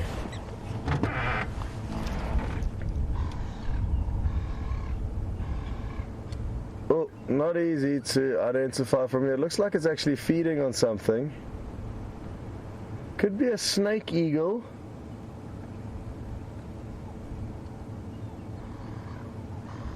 I think it is a snake eagle, but can't be certain.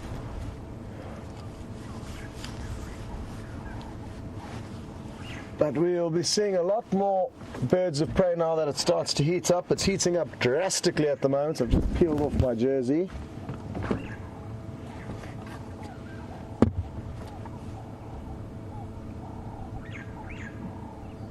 Most of the birds of prey will wait until it's heated up so that they can more effectively and efficiently ride the hot air thermals rising off the earth.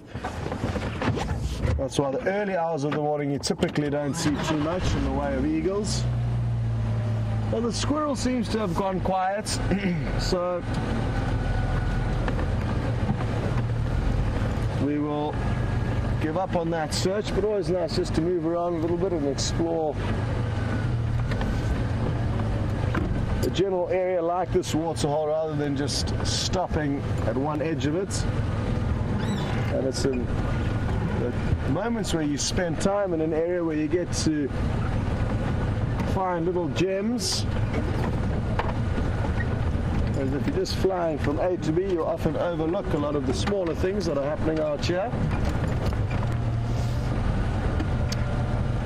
Chris Rogue was mentioning that she was hoping that that squirrel would have been shouting at an African rock python, and I like where your head's at, Chris. That's one snake we haven't managed to show you so far this summer, and would like to rectify that as soon as possible.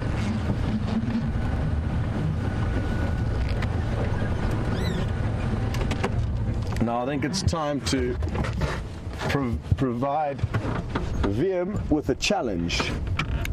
There are some red-breasted swallows that I've just seen soaring around this area, and they may fly in and try and take a drink on the move. But while we wait for this to happen, which is not looking promising at the moment, the swallows are just getting further and further away. Oh, but Viem's doing a great job showing you exactly where they are. Well done, Wiem. So they're going off. Doesn't look like it's promising that they'll be back here. Oh, sorry. One's just arrived back in. Now, this is interesting. Just on the right-hand side there, Wiem, two have kind of popped down. They've landed just next to the white feather, on the right of the white feather there. Well done. Now watch closely here. They're not drinking, but they're gathering mud on its beak. Look at how much mud's on its beak already. Okay, that one's got enough already. And here they go, off to go build their new home. Great camera work, VM. Not easy to do what he's just done, everyone. So, I'm glad we got to see that. I was speaking about it yesterday or the day before. These swallows will build their nests out of mud, and when they're drinking, they drink on the wing. There's no need to stop, but when they're collecting mud, they would plow into the earth if they try to pull off that trick. So that's not going to be the case. I'm going to land on the water's edge, get some nice soft mud, and take it back to their nest sites. Anyway, we're going to continue on and try and find you something else of interest. But Jamie has already got something large and exciting that she would like to show you.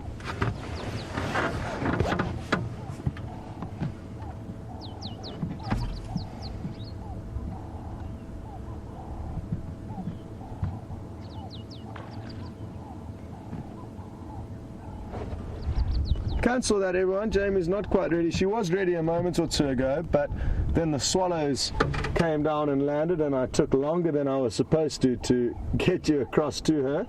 Anyway, it's not a major issue. We can stay here and enjoy watching these hammerkops groom themselves on the backs of the hippopotamus.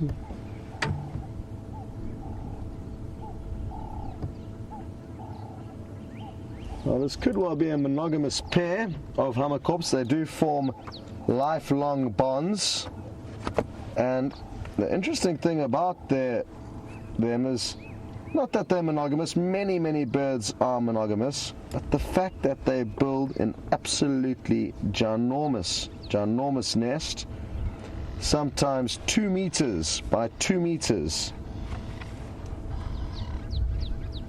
often large enough even for other birds and birds of prey often to nest on top of the platform. They nest within this massive nest, so they kind of have a little cavity or entranceway in the middle somewhere, and they go into a central chamber within this massive 2 meter by 2 meter box.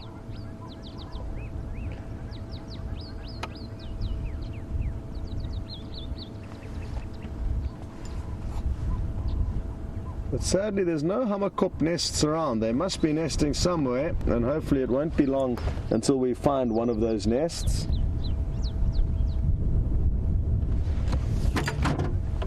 Okay, well, we're going to continue now. I'm keen to try and work out where these wild dogs have gone, even if we don't find them this morning, which is still possible, but it's nice just to know where they're moving or where they could be, so that this afternoon we've got a better plan of attack.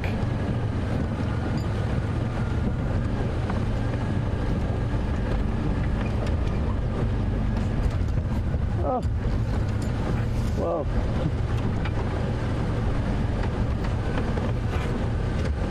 glad we just poked our nose around this edge of the waterhole, because as you can see, some Cape buffalo have just arrived for a drink. They could well spend the rest of the day here relaxing, or they may head off in search of food, as there's not much food around at the moment. VM, maybe quickly here. I don't know if it's going to land again. The red-breasted swallow's already back.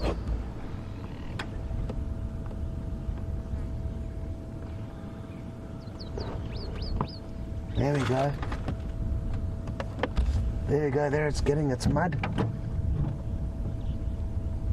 It's actually swallowing it. And it'll obviously regurgitate it when it gets back to the nest site. I don't think it's going to swallow that though. No, that's going in the beak. And it'll be wonderful to know where they're building that nest. Good news, we're going to send you back to Jamie now. She has got into another good spot with the Ellies, and we will see you a bit later. Oh, I'm afraid to say that Shadow has given us the slip. We have found these incredible Ellie bulls. This one in particular is really nice and big, but he is quite shy. I'm going to try go up a little bit to him. I think the wind is making them a little bit skittish. Set my engine run for a bit. Really beautiful big bull with a ripped up ear.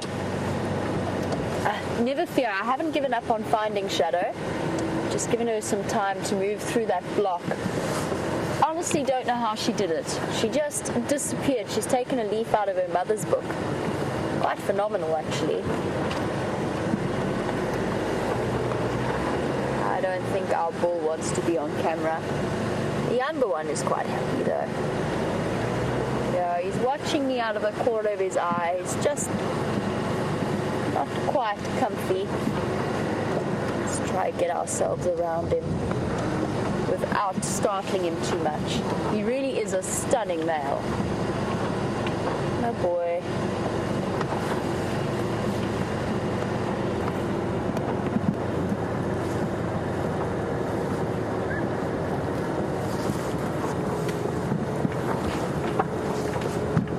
I know that he is through the trees at the moment, but he's going to move out and into our space soon. So we'll just sit here and let him choose to come to us. He's got such an interesting ear. It's got huge flaps cut out of it, probably where he hooked it on thorns or branches. And quite often what happens with that is then it gets slightly infected and it makes the wound bigger. And those flaps will not ever heal up. He's also got some fairly impressive tusks. Definitely not the biggest I've seen, but he is growing into being a really nice big bull.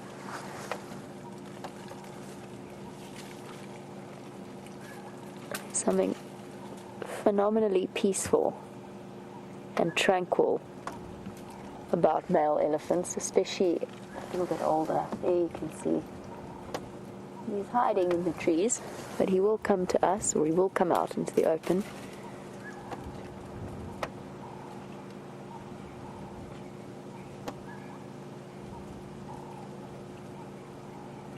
And I said that the wind might be making them a bit skittish.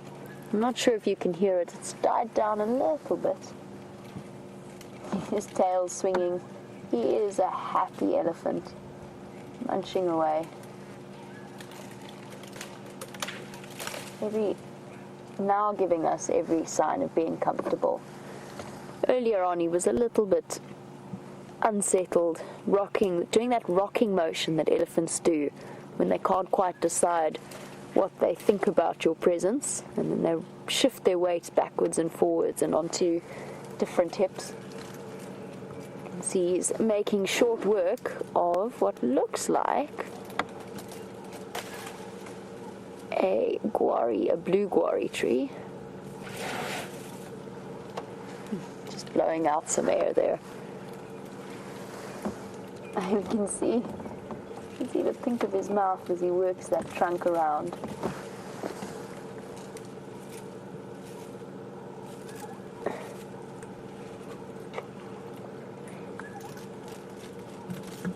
I love watching them feed.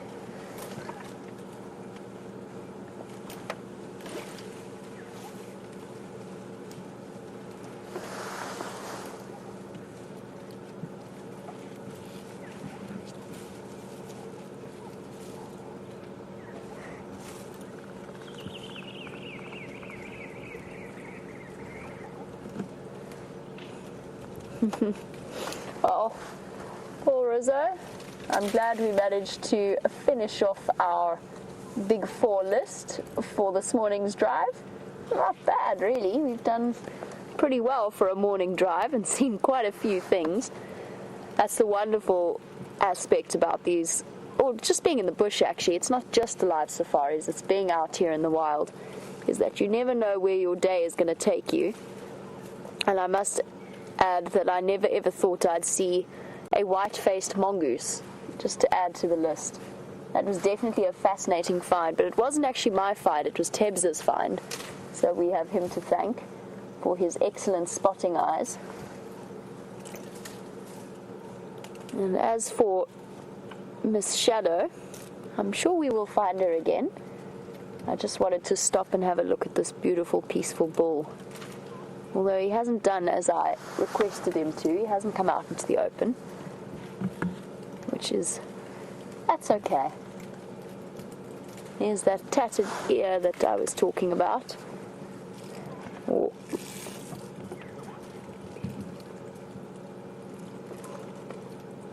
I mentioned earlier that he is rocking backwards and forwards a little bit. And Rhea, he was saying it looks like he has a wonky hip. It could actually be. It might explain why he's a little bit unsettled, although he didn't seem to be limping. I think he's just resting on one hip. As humans do when they stand, you sort of shift your weight from side to side, and I think that's what he's doing. But I could be wrong. We'll have to wait and see if as he moves. He's not being very cooperative, though. He's kind of hidden himself away behind the guaris.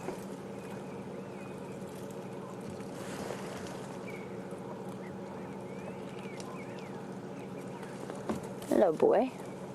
Come on. Come say hello. Nope. I'm going to hide 5 tons of animal behind one very small guari bush instead.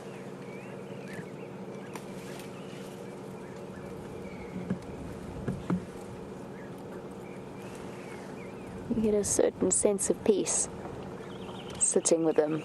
I don't know, maybe it's just me, but I'm always filled with a sense of contentment.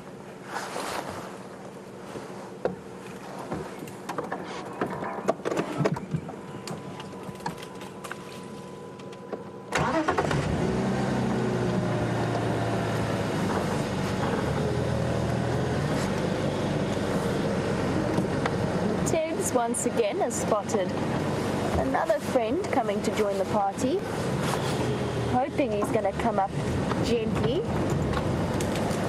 Make sure I don't. He's going to disappear into the block. That's not very considerate, Mr. Elephant. Let's see if he comes through. He might walk up the road slowly once he's finished snacking on the bush willow. And I'd like to see him out in the open because it'd be a useful way to answer Vernie's question about the visual cues that we look for. Vernie, I haven't heard your name before sending questions through. I don't know if you are new to Safari Live or new to sending through questions, but it is fantastic to hear from you. You were wondering about the visual cues that rangers look for in terms of interpreting the animal's mood. I would really like to be able to demonstrate it to you by looking at the elephant, but they all seem to be camera shy today. But give me a moment and I'm going to try and reverse away and hopefully we can see at least the one bull who is behind me. Let's try and do this slowly without upsetting our friend here. Hello, boy.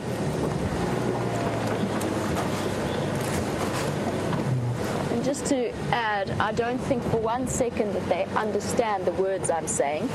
But elephants definitely understand tone, and they respond to it as well.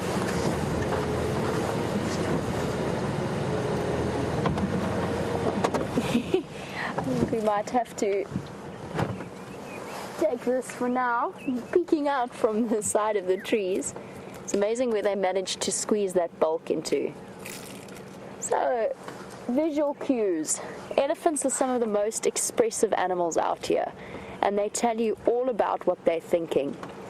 On the most basic level, if an elephant approaches you with ears out, shakes their head at you, make themselves look big and strong. Oh, buddy, why are you hiding there? And so any sign that they are trying to make themselves look bigger, intimidating in any way, shaking their head, waving their trunk, that's a sign of their attempt to let you know that they're uncomfortable. It's actually not necessarily aggression. It is, hey, stop there, I'm watching you, I'm bigger than you, I don't want you to come any closer or do anything else. The other really important mood indicator is their tail. Often when they're calm and relaxed, it waves gently from side to side. When they're really agitated, they'll actually stiffen it or lift it up and curl it up a little bit above their bodies. That's another sign. It's a useful sign, especially if all you can see is their bottom and you want to know how they're responding to you. The tail is a good way of watching. And then in terms of charges, there's no such thing as a mock charge. If an elephant is coming towards you, he means business, but a lot of the time it is a warning. So they don't intend to follow through, and that's usually when they come jogging towards you, ears out, trunk waving, making a lot of noise, looking really big and intimidating. That's usually, and I use that word tentatively, that's usually a warning charge. The next step is if they go quiet and they fold their trunk up and they tuck their ears back and they come silently, that's a very, very serious charge. That means that that elephant means business. But it's all about respecting them and their personal space. Elephants do not attack without reason. There may be one or two cases where you don't know exactly what's been happening in the elephant's life, but for the most part, they've got serious capacity for thought. They're not mindless creatures, and they're not out to get us, obviously, as we can see. He is perfectly peaceful. So the trunk, the ears, and the tail are the main parts of the body language that we watch. And one trick they do employ, which is he's eating now because he's perfectly calm and relaxed. You can see it in every aspect of his body language. He's not even looking at us. Aha, hello my boy. Our other bull, he's still not popped out yet. We'll stay with this male for now. And hopefully our other bull is, with his tatty ears, is going to come out soon. What I was going to say is we're watching this bull munch away at the bush willow. Sometimes what elephants do is known as displacement behavior. So if they're upset with you, but they can't quite decide how to handle it or what they're going to do, then they pretend to feed. So they put food in their mouths. Ah, here we go. Thank you, mister. Oh, don't disappear. There we go. This is the beautiful bull I was talking about with his tatty ear. Nice and relaxed again. Look at that ear. It's incredible.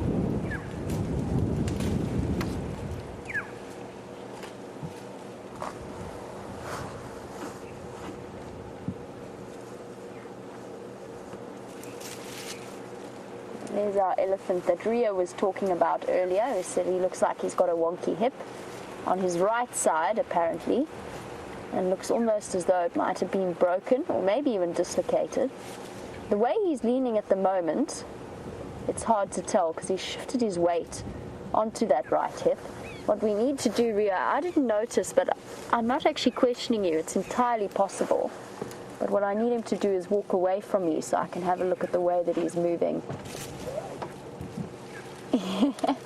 He is having a fantastic time with that bush willow. Crunch. I love watching the way they coordinate that whole process. Trunk to mouth as opposed to hand to mouth.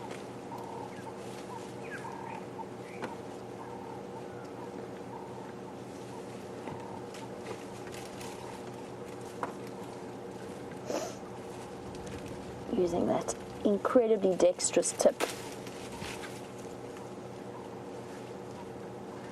Actually amazing to think about that trunk and what a unique device it is. It serves so many purposes, and there's no other animal that I can think of that really, apart of course from the Asian elephant, that has a nose that is so dexterous and well developed and capable of so many different tasks. Tiny little moments of coordination to twist and turn and get those leaves exactly where they want them. He's got that waxy deposit in the corner of his eye. We often see elephants with those.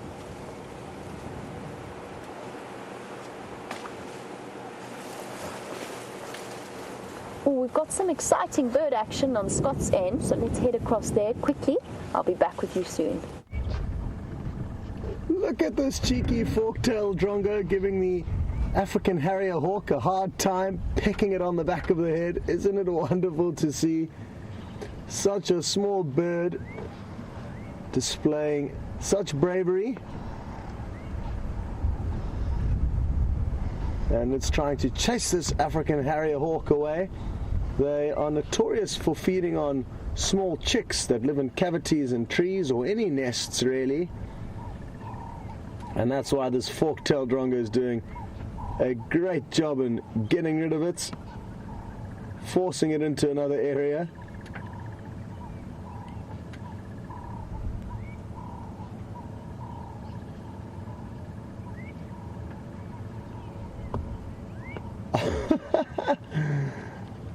Can you believe it? Doesn't always go on for this long, so this fork-tailed drongo has obviously got it in for this raptor. And you'll probably find it squawking at it as well, but it'll be very far away, so we won't be able to hear the calls of the drongo.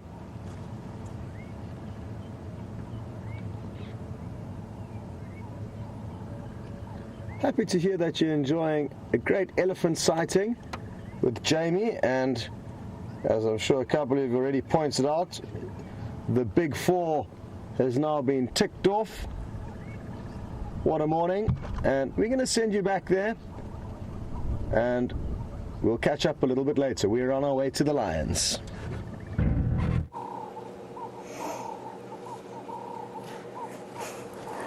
I really love it when fork-tailed drongos do that. I'm just looking at his hip. Ria, you're absolutely right. He has definitely... Sure, it's actually really bad. I can't believe I didn't notice that earlier. Ria, you're right, and that explains his mood. Oh, that looks sore. That looks very sore. The way that he's dipping down like that. His one hip bone is out of alignment by about half a meter below the other. Okay, well done, Ria. Well picked up on. He definitely has a wonky hip. He looks very uncomfortable, and that explains why he's a little bit edgy with us. Now, what I could do is reposition to see him. Let's try and get him as he moves away, but I'm not going to follow him because that looks exceptionally painful.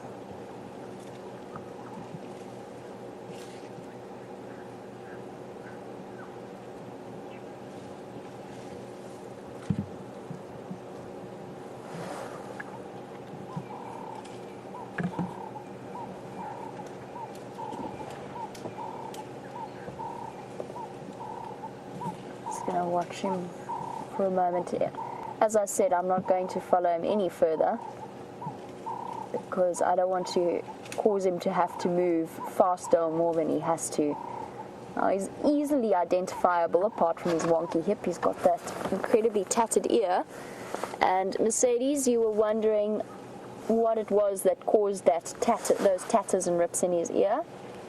And most likely thorns that hooked in. And it just takes a little nick and a cut, and then what happens is, because that ear skin is so thin, just a little bit of infection that eats away at the edges makes it bigger and bigger, and then once it does start to flap, then it's easier to hook. And you can imagine, you've seen the environment that they move through. I think that's pretty much how elephants, and all elephants have patterns of rips on their ears, even if they don't appear to. They'll have tiny nicks and cuts and spots. As for what's happened to his hip, I honestly don't know. He might have fallen, although elephants tend to be quite coordinated creatures, but he could have fallen. Or it could have been, I suppose it's possible it was a birth defect, but I don't think so. It seems to me like an injury, something that's happened fairly recently by the way that he's limping. It's not swollen though, so it might not have happened in the last few weeks.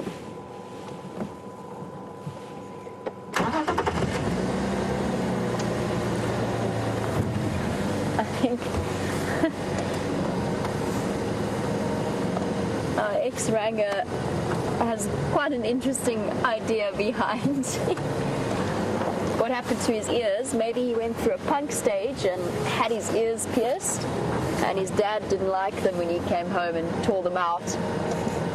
I quite like that idea, but it does certainly give him character. Shame. Poor boy. Cassandra, he is a character. I wish him all the best. It's never nice seeing an animal like that. Hopefully it will heal up. There we go. We've got an okay view-ish without pushing him too hard. And we can see the dip in his hip. Can you get, yeah, thank you, Taz. There you can see where his hips drop down. Sure. Dislocated, possibly broken.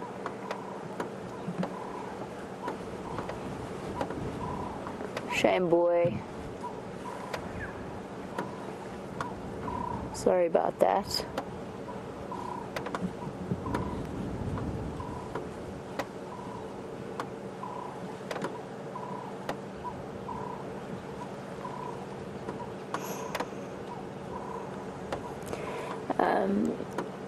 Now, we might see him around. He is a bull, so that means he's going to cover more ground, although maybe not as fast as the others.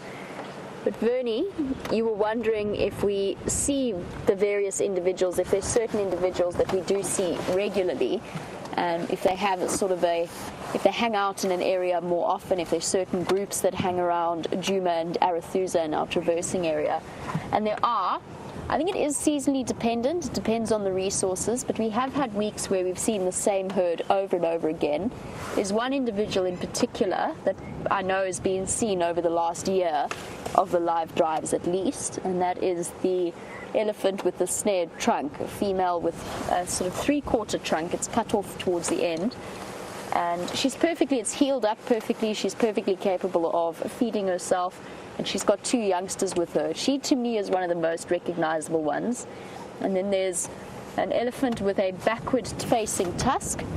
And then there's also another elephant with a backward-facing tusk, but a third tusk. So the backward-facing tusk goes down like that, and then there's a tiny little tusk that sticks out of the top. All elephants that are really easily identifiable. I think we probably do see them regularly. Elephants do have home ranges. They can be enormous, and of course we're open to Kruger, so these animals have 3 million hectares worth of ground to wander around in.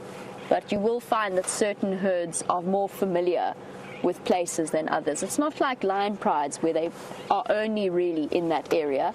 They do move around and it's quite fluid, but there will be certain herds who favor areas.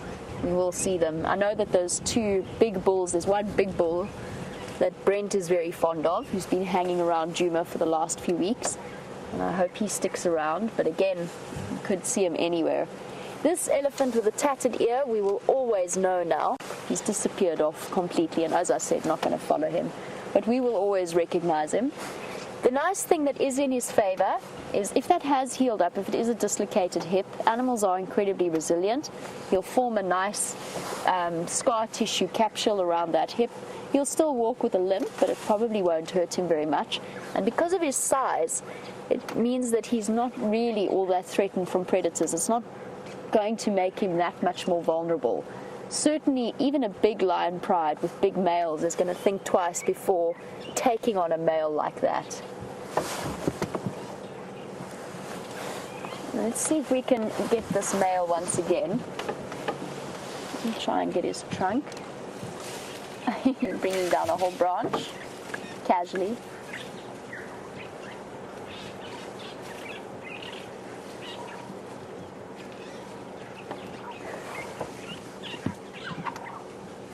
And just having a look at this male through the trees.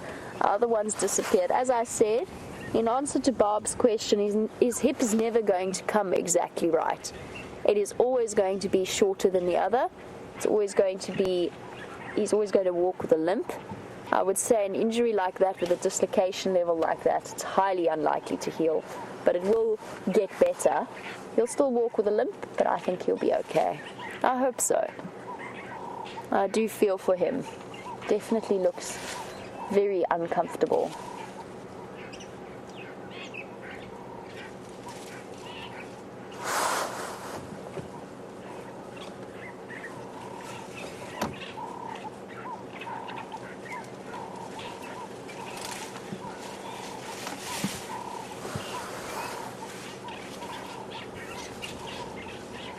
course, we can speculate as to what happened to his hip, and I think that Paul has got a very good theory.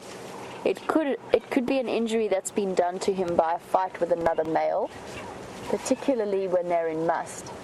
Now, usually young bulls like him would stay away from challenging older bulls, but as Paul said, when they go into must, which is that heightened testosterone state, they have a little bit more aggression.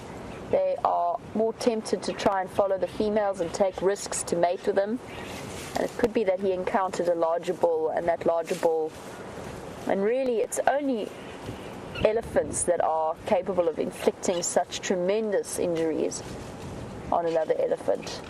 It's unlikely to have come from anything else. And just off to the left, we saw this bird with Scott earlier, but just to the left of our elephant is a drongo. That wasn't very nice. Come back. I know that you were watching the drongos dive bomb the harrier hawk, and now we see them in a different action state, which is, I'm sure lots of our regular viewers have seen them fluttering about.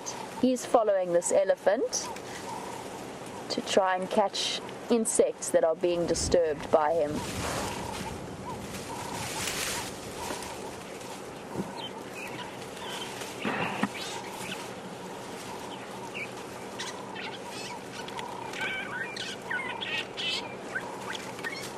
I know that to see that elephant bull, and believe me, it is very sad to see from our side as well.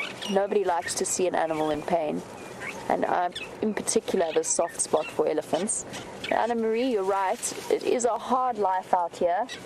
It's survival or die for all out here.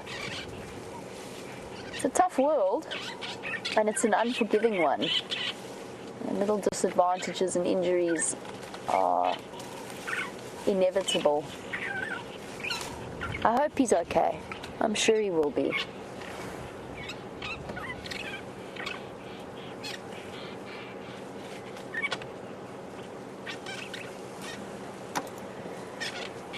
I said that he will survive and probably heal up fairly well, if not, although with always the weakness around that hip.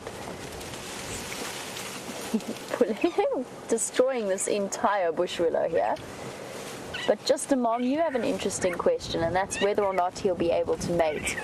And the answer is he'd have to get lucky, and I think that bearing his weight on his two back legs, which males have to do when they mount the female, might be a challenge for him.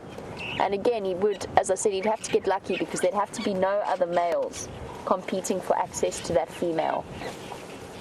Personally, I think it is unlikely that he'll have a chance to mate. But you never know. You might encounter an elephant herd where there's no other males. You've picked up on a female in estrus. I think it would be difficult for him, though. I can imagine standing on that back leg, with 5 tons worth of weight would not be terribly easy.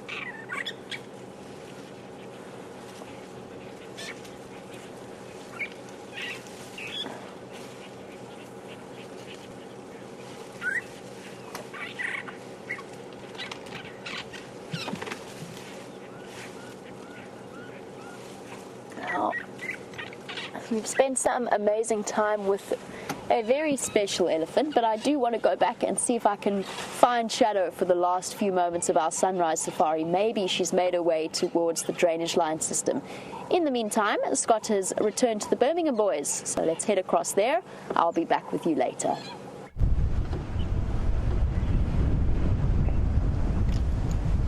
So as expected, the Birmingham boys are all still lazing about here, very close to the Vuyatela Dam or Juma Dam. Sadly though, they will be out of view of the waterhole camera, but if they do decide to go for a drink, which they could well do even during the course of the day, I'm sure the camera will then be able to pick them up. But now they're obscured by a lot of vegetation. One of them have got its head up doing a little bit of grooming. but they all seem to be on the go slow, which is normal behavior, and like I said, just as we expected.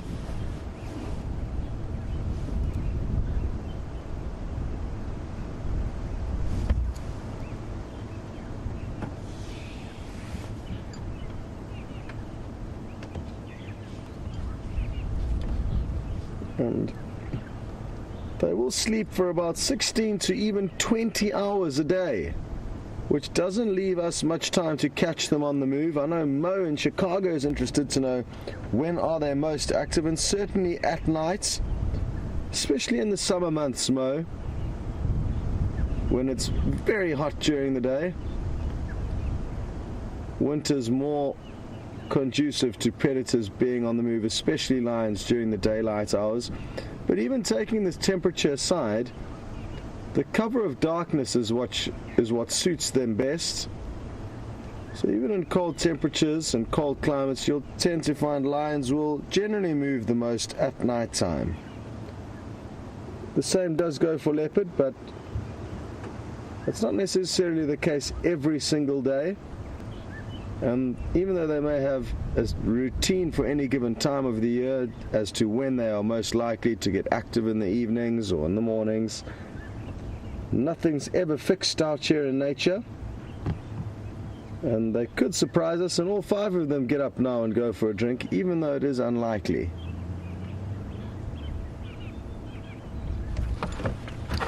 I've got some good news, well, it's relatively good news, and that is that 2 cheetah have been found.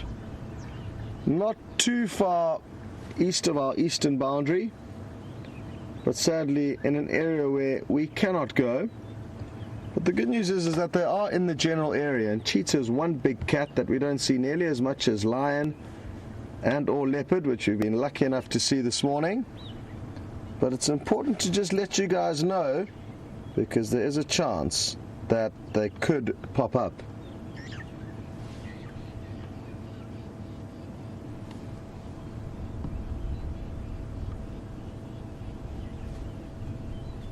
And Laurie Ward was just asking about cheetah this morning and said we haven't given any updates recently. Well, there we go, Laurie. They are still around, but they aren't seen very frequently. And the Sabi Sands is definitely not one of the wilderness destinations you would decide to go if cheetah was your favorite animal. There's not many around here.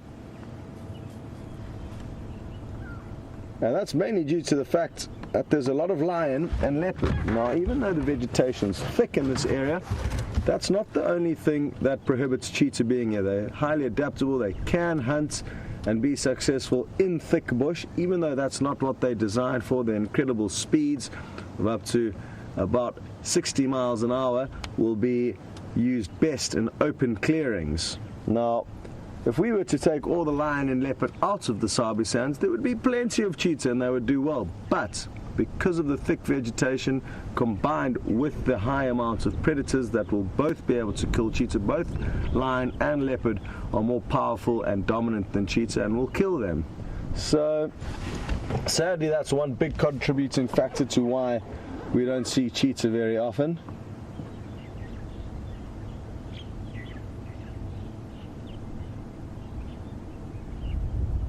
It's also a reason why wild dog numbers aren't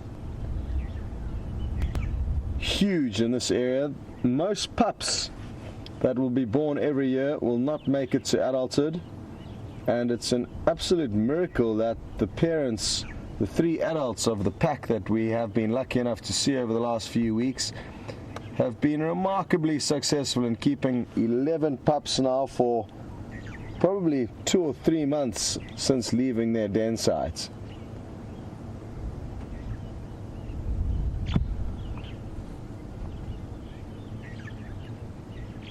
When we were sitting here this morning, because I knew the wild dog were in the general area, the thought did cross my mind that I hope that the wild dogs don't come tearing through the bush in towards this waterhole, because that's often how they come unstuck. They move at high speeds and they can run straight into animals like lions, which with one swat of their massive paws would kill the wild dogs. They are so much smaller than these big male lions.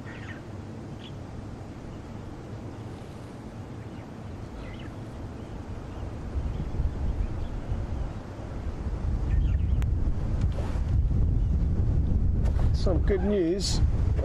Just earlier we said we can't be sure what lions will do. We can. It was just the lioness repositioning in the shade. But we can't see too much from this angle. I was hoping they were going to go for a walk to the waterhole. Let's go and have a look at those two because they have just moved. So they might still have their heads up. It's the lioness and another male from Pride. For those of you who weren't with us earlier, I should have mentioned that there's four members of the Birmingham Coalition that we've just been sitting with, and then another one lying off about 20 meters away with one of his girlfriends.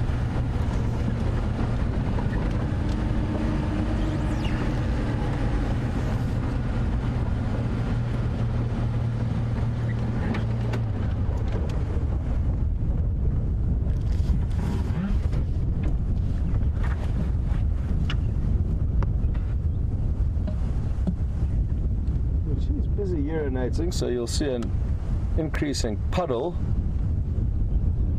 although the ground is so dry at the moment. So there's just interesting lion behavior. She's got up and walked, and look at him doing the phlegm and grimace. So that smell is probably driving him crazy, and that's why as soon as she got up, he got up and followed her. She must be coming into season. There goes another phlegm and grimace.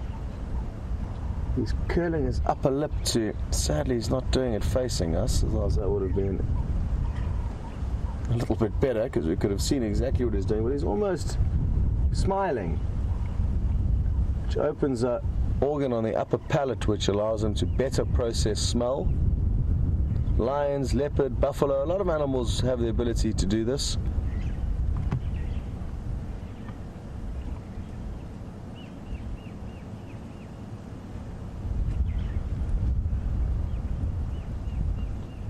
And hopefully it won't be long before these two are mating. And then it won't be long until this lioness will give birth.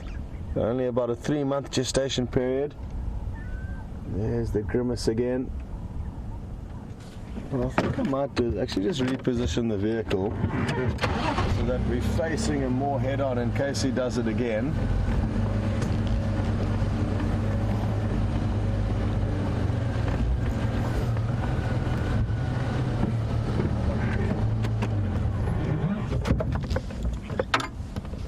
Looks like he might. He's going in for one more big sniff, and then after this big sniff he should do the grimace again.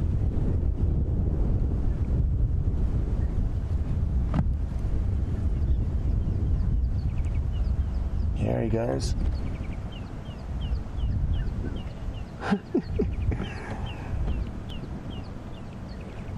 And you can even see the little drops of moisture dripping off his nose. His mouth is watering, you could say. He's just keeping a close eye, making sure his brothers aren't getting as excited as he is.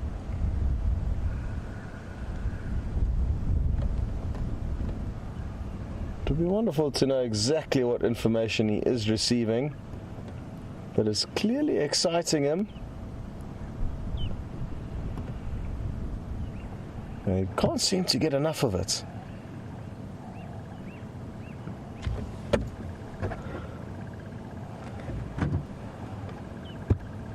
Lion is just lying there patiently.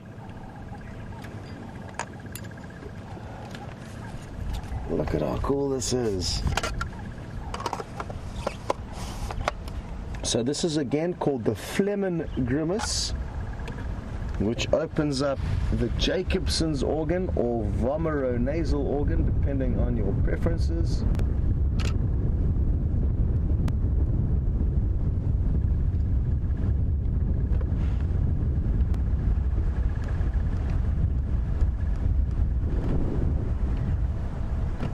I think it's time for him to now relax.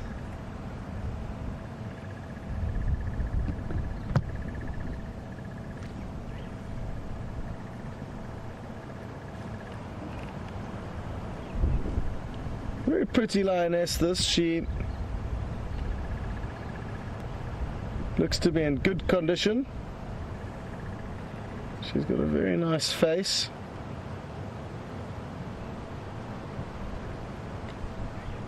And she doesn't look nearly as well fed as the males, and I think I saw her tracks coming in from an easterly direction, so I think she could have joined up with them sometime last night. I just had a brief look at the tracks. The rest of these males appear to have come from the west.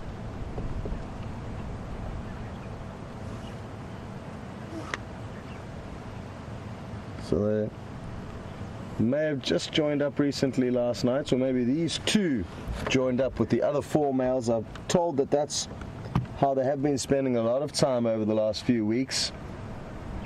This biggest male on his own or with the lady, and the other 4 males all together.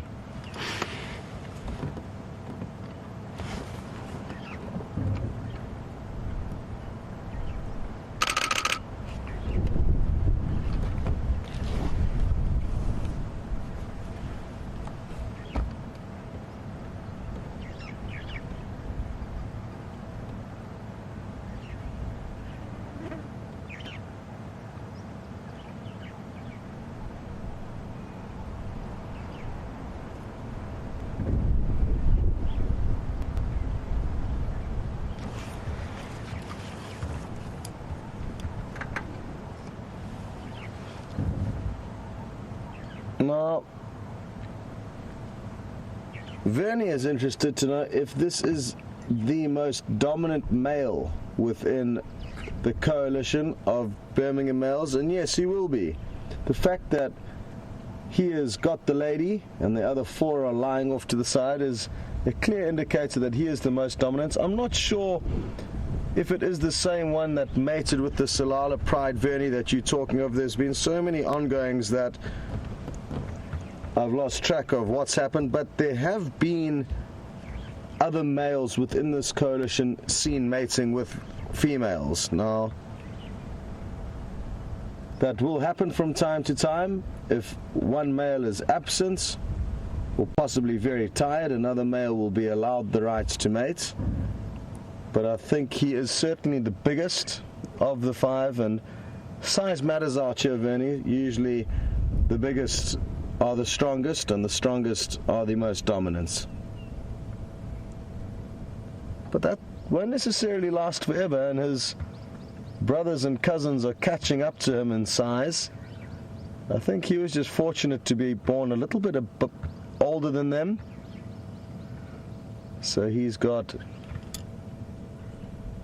a few months of extra growth, but they will eventually all catch up and be equally sized. And then we may see a shift in dominance. The dominance is only really applicable, though, when it comes to mating. I guess also at the kill, size will be able to, and strength will be able to, jostle one individual into a best position over another. And also decision making to a degree.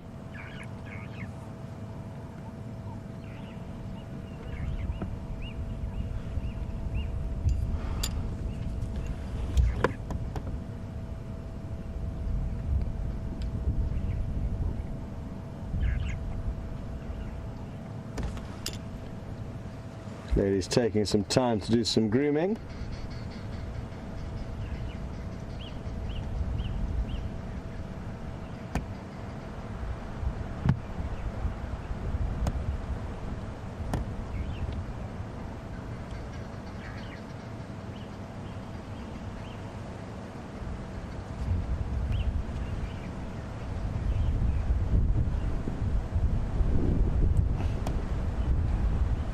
When are you two going to start mating, or what's going on here exactly? It's difficult for us humans to understand.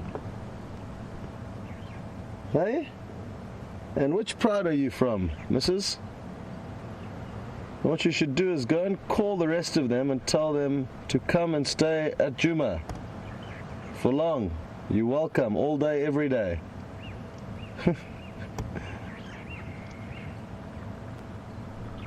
And John has just remarked that he thinks that this is a smart lioness to team up with these 5 Birmingham boys for the time being, and you're right, John. It's not a bad spot to be if you're a lioness. I'm just going to reposition the vehicle ever so slightly. Ephraim has just arrived on the scene. His guests. Oh, that's not going to work too well.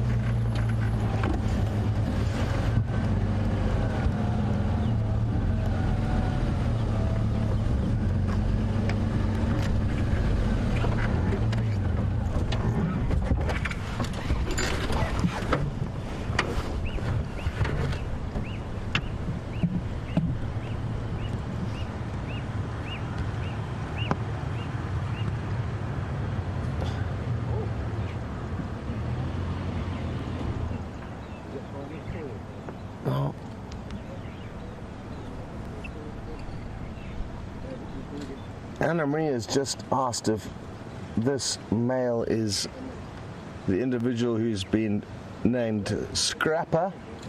And no, Anna Marie, he's not. Scrapper's got a lot bigger black rings around his eyes, and his mane isn't nearly as big. This is the biggest individual of the 5, but it's really difficult to compare them unless you have all 5 of them lined up. They all do look quite similar. The Scrapper's not quite as big.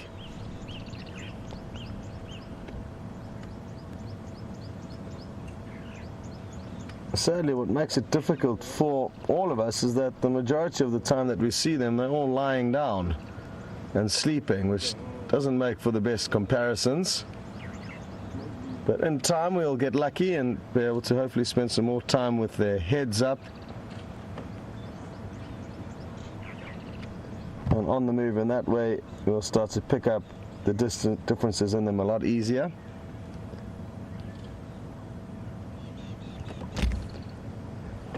Well, I'm certainly looking forward to the prospects that are about this evening with these 5 males on the center of Djuma. It will take them at least about 15 or 20 minutes of walking before they get off the property from their current position, so that's something to look forward to.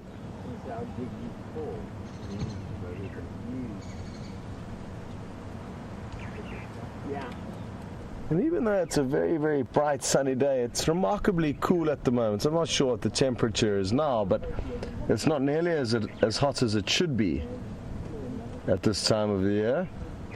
Cool breeze blowing, and cool weather is lion friendly. If it's swelteringly hot, they may sleep well into the night before moving. Yeah, because we can be in the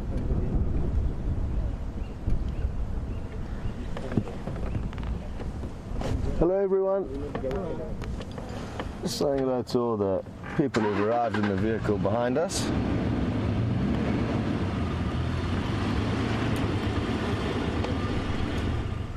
So I didn't really have a good moment to acknowledge them as they arrived.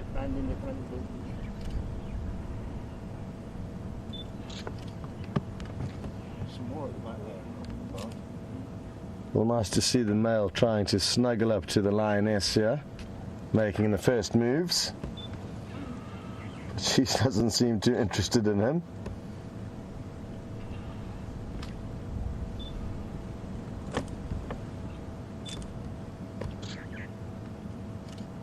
So here's a good characteristic feature as VM zooms in. Bit of a pink nose. Not all big males will have pink noses. And also quite distinctive scratches and scars on his face. So Anne-Marie, I think this would be a good opportunity to get a screenshot of him. And I'd suggest all of you, if you'd like to get to know these lions individually, take some screenshots of some close-ups on their faces, and the scratches and scars and the color of their nose will be a good way for you to be able to work out who's who. And even if you just give them your own individual names, or even if you just number them 1 to 5, then you can at least keep track of who's who. And it's probably something we should think of doing sooner rather than later, giving them their own personal identities. Not necessarily to be able to point out which each different one is at each given moment, but just to keep track of what goes on and the changes in relationships and dynamics between them. The honeymoon, the new one, the other two, the other three. I think it's 4 other stuff. 4 over there. The little tree growing out from the lioness or the lion's mane is a marula tree. Yeah, it's 5, all of them. And it's got a long way to go before any leopards are going to be sleeping in it, but for now you could almost... It's got another big cat lying on top of it, not really on one of its logs, but that's what that tree is there. A long, long way to go before it gets to one of the iconic marulas that we get in this area.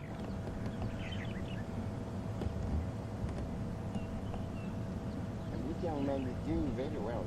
He's doing lots of stuff. There's a lot of black on him. Yeah, he's good, the black on him. He's strong. Yeah. I'm just going to let Ephraim know that there are some more members of the coalition just up ahead. If Hello? the rest of the Madoras are just up ahead, eh? Oh, yeah. Okay, good. Okay. No English. No Ingwe, Nah. Ephraim was asking if we had seen any Ingwe, which are leopard, and sadly not here on Juma.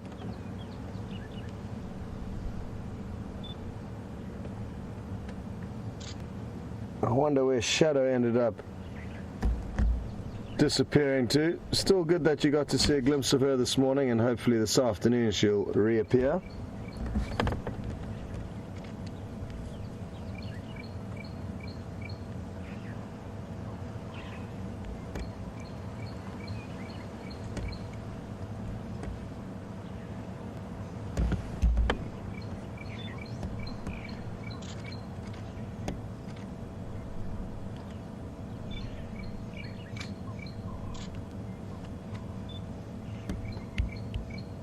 And we've been quite lucky that every now and then she's been lifting up her head and taking a look around.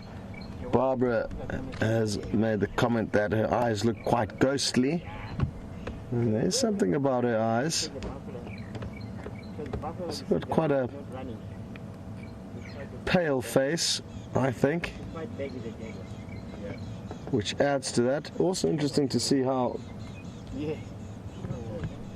much smaller she is compared to this male once they lie like this right next to one another. His head looks just about twice the size of hers. How many lines? Was there so many lines? Oh, 1 mile. Well, we're going to stay here but send you across to Jamie. She would like to say her goodbyes as the safari comes to a close. Enjoy.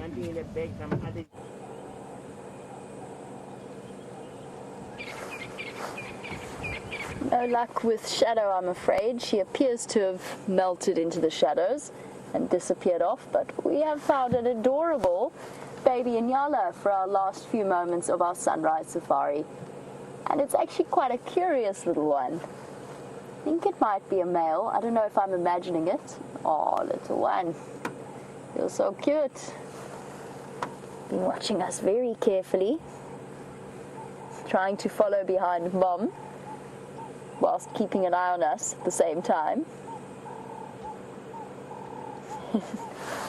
Little fluffy tail. And shift back and see if we can get a nice view of the little one before we finish off. Oh, and it's suddenly very warm in this jacket. Having spent the entire morning on the border of being hypothermic. Okay, that might be a slight exaggeration, but it certainly felt that way. It's nice to be warm again. Let's try and get this little one for you. Gonna pop out into the open nicely for us. All right, little Baba. It's okay.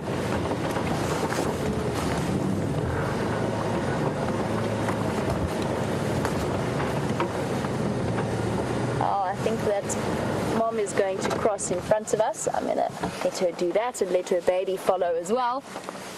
Anyway, a big thank you to you all for joining us, and from myself and Tibbs, and a big thank you to Tibbs for spotting one of the most unusual sightings I've had for a long time, which was that white-faced mongoose. And hopefully we'll be able to catch up with Shadow for this afternoon's sunset safari. Hoping she's going to head into the shade in the drainage line. So don't forget to join us then. And a big goodbye for all of you. Have a wonderful day wherever you are in the world.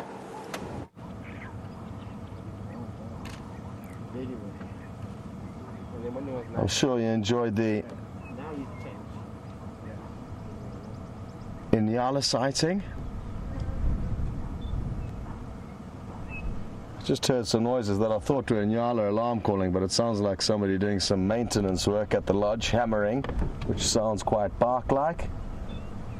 And I've just been chatting with Ephraim's guests on the vehicle behind us, letting them know what we do. And as so few people know about these live safaris, I keep urging everyone who does know to spread the word, because the more people that join in on the safaris, the more places we will hopefully be able to take you in the future. So spread the word, phone a friend, tell them to tune in this afternoon for the sunset safari. It would be a good time to join for the first time with these 5 males and the lioness here.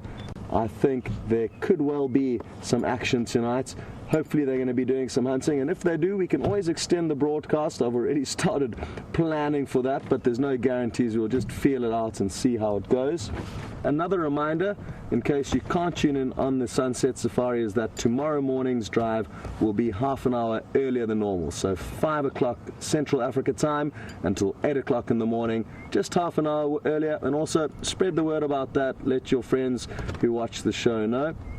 A big thank you for joining, and it's been great fun. Well done to Jamie for getting us into this area where we found these lion. Kind of stole her thunder there. She called in the lion tracks and I asked her how I could come and help, and within a few minutes VM had spotted these lions. And also thanks to VM for finding the lions and for doing some great camera work along the way. Also to the girls in Final Control, great job. And we're going to spend the last minute just taking a close look at these magnificent lions.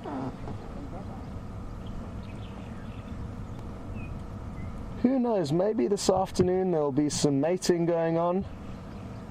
And like I said, keep an eye on the Djuma waterhole camera. As the day heats up, these lions may get thirsty and head down for a drink. And I'm hoping that will be the case, and we'll head out this afternoon with some updates as to what time they were drinking. It's really wonderful, the camera, and all the information it provides us thanks to your reports.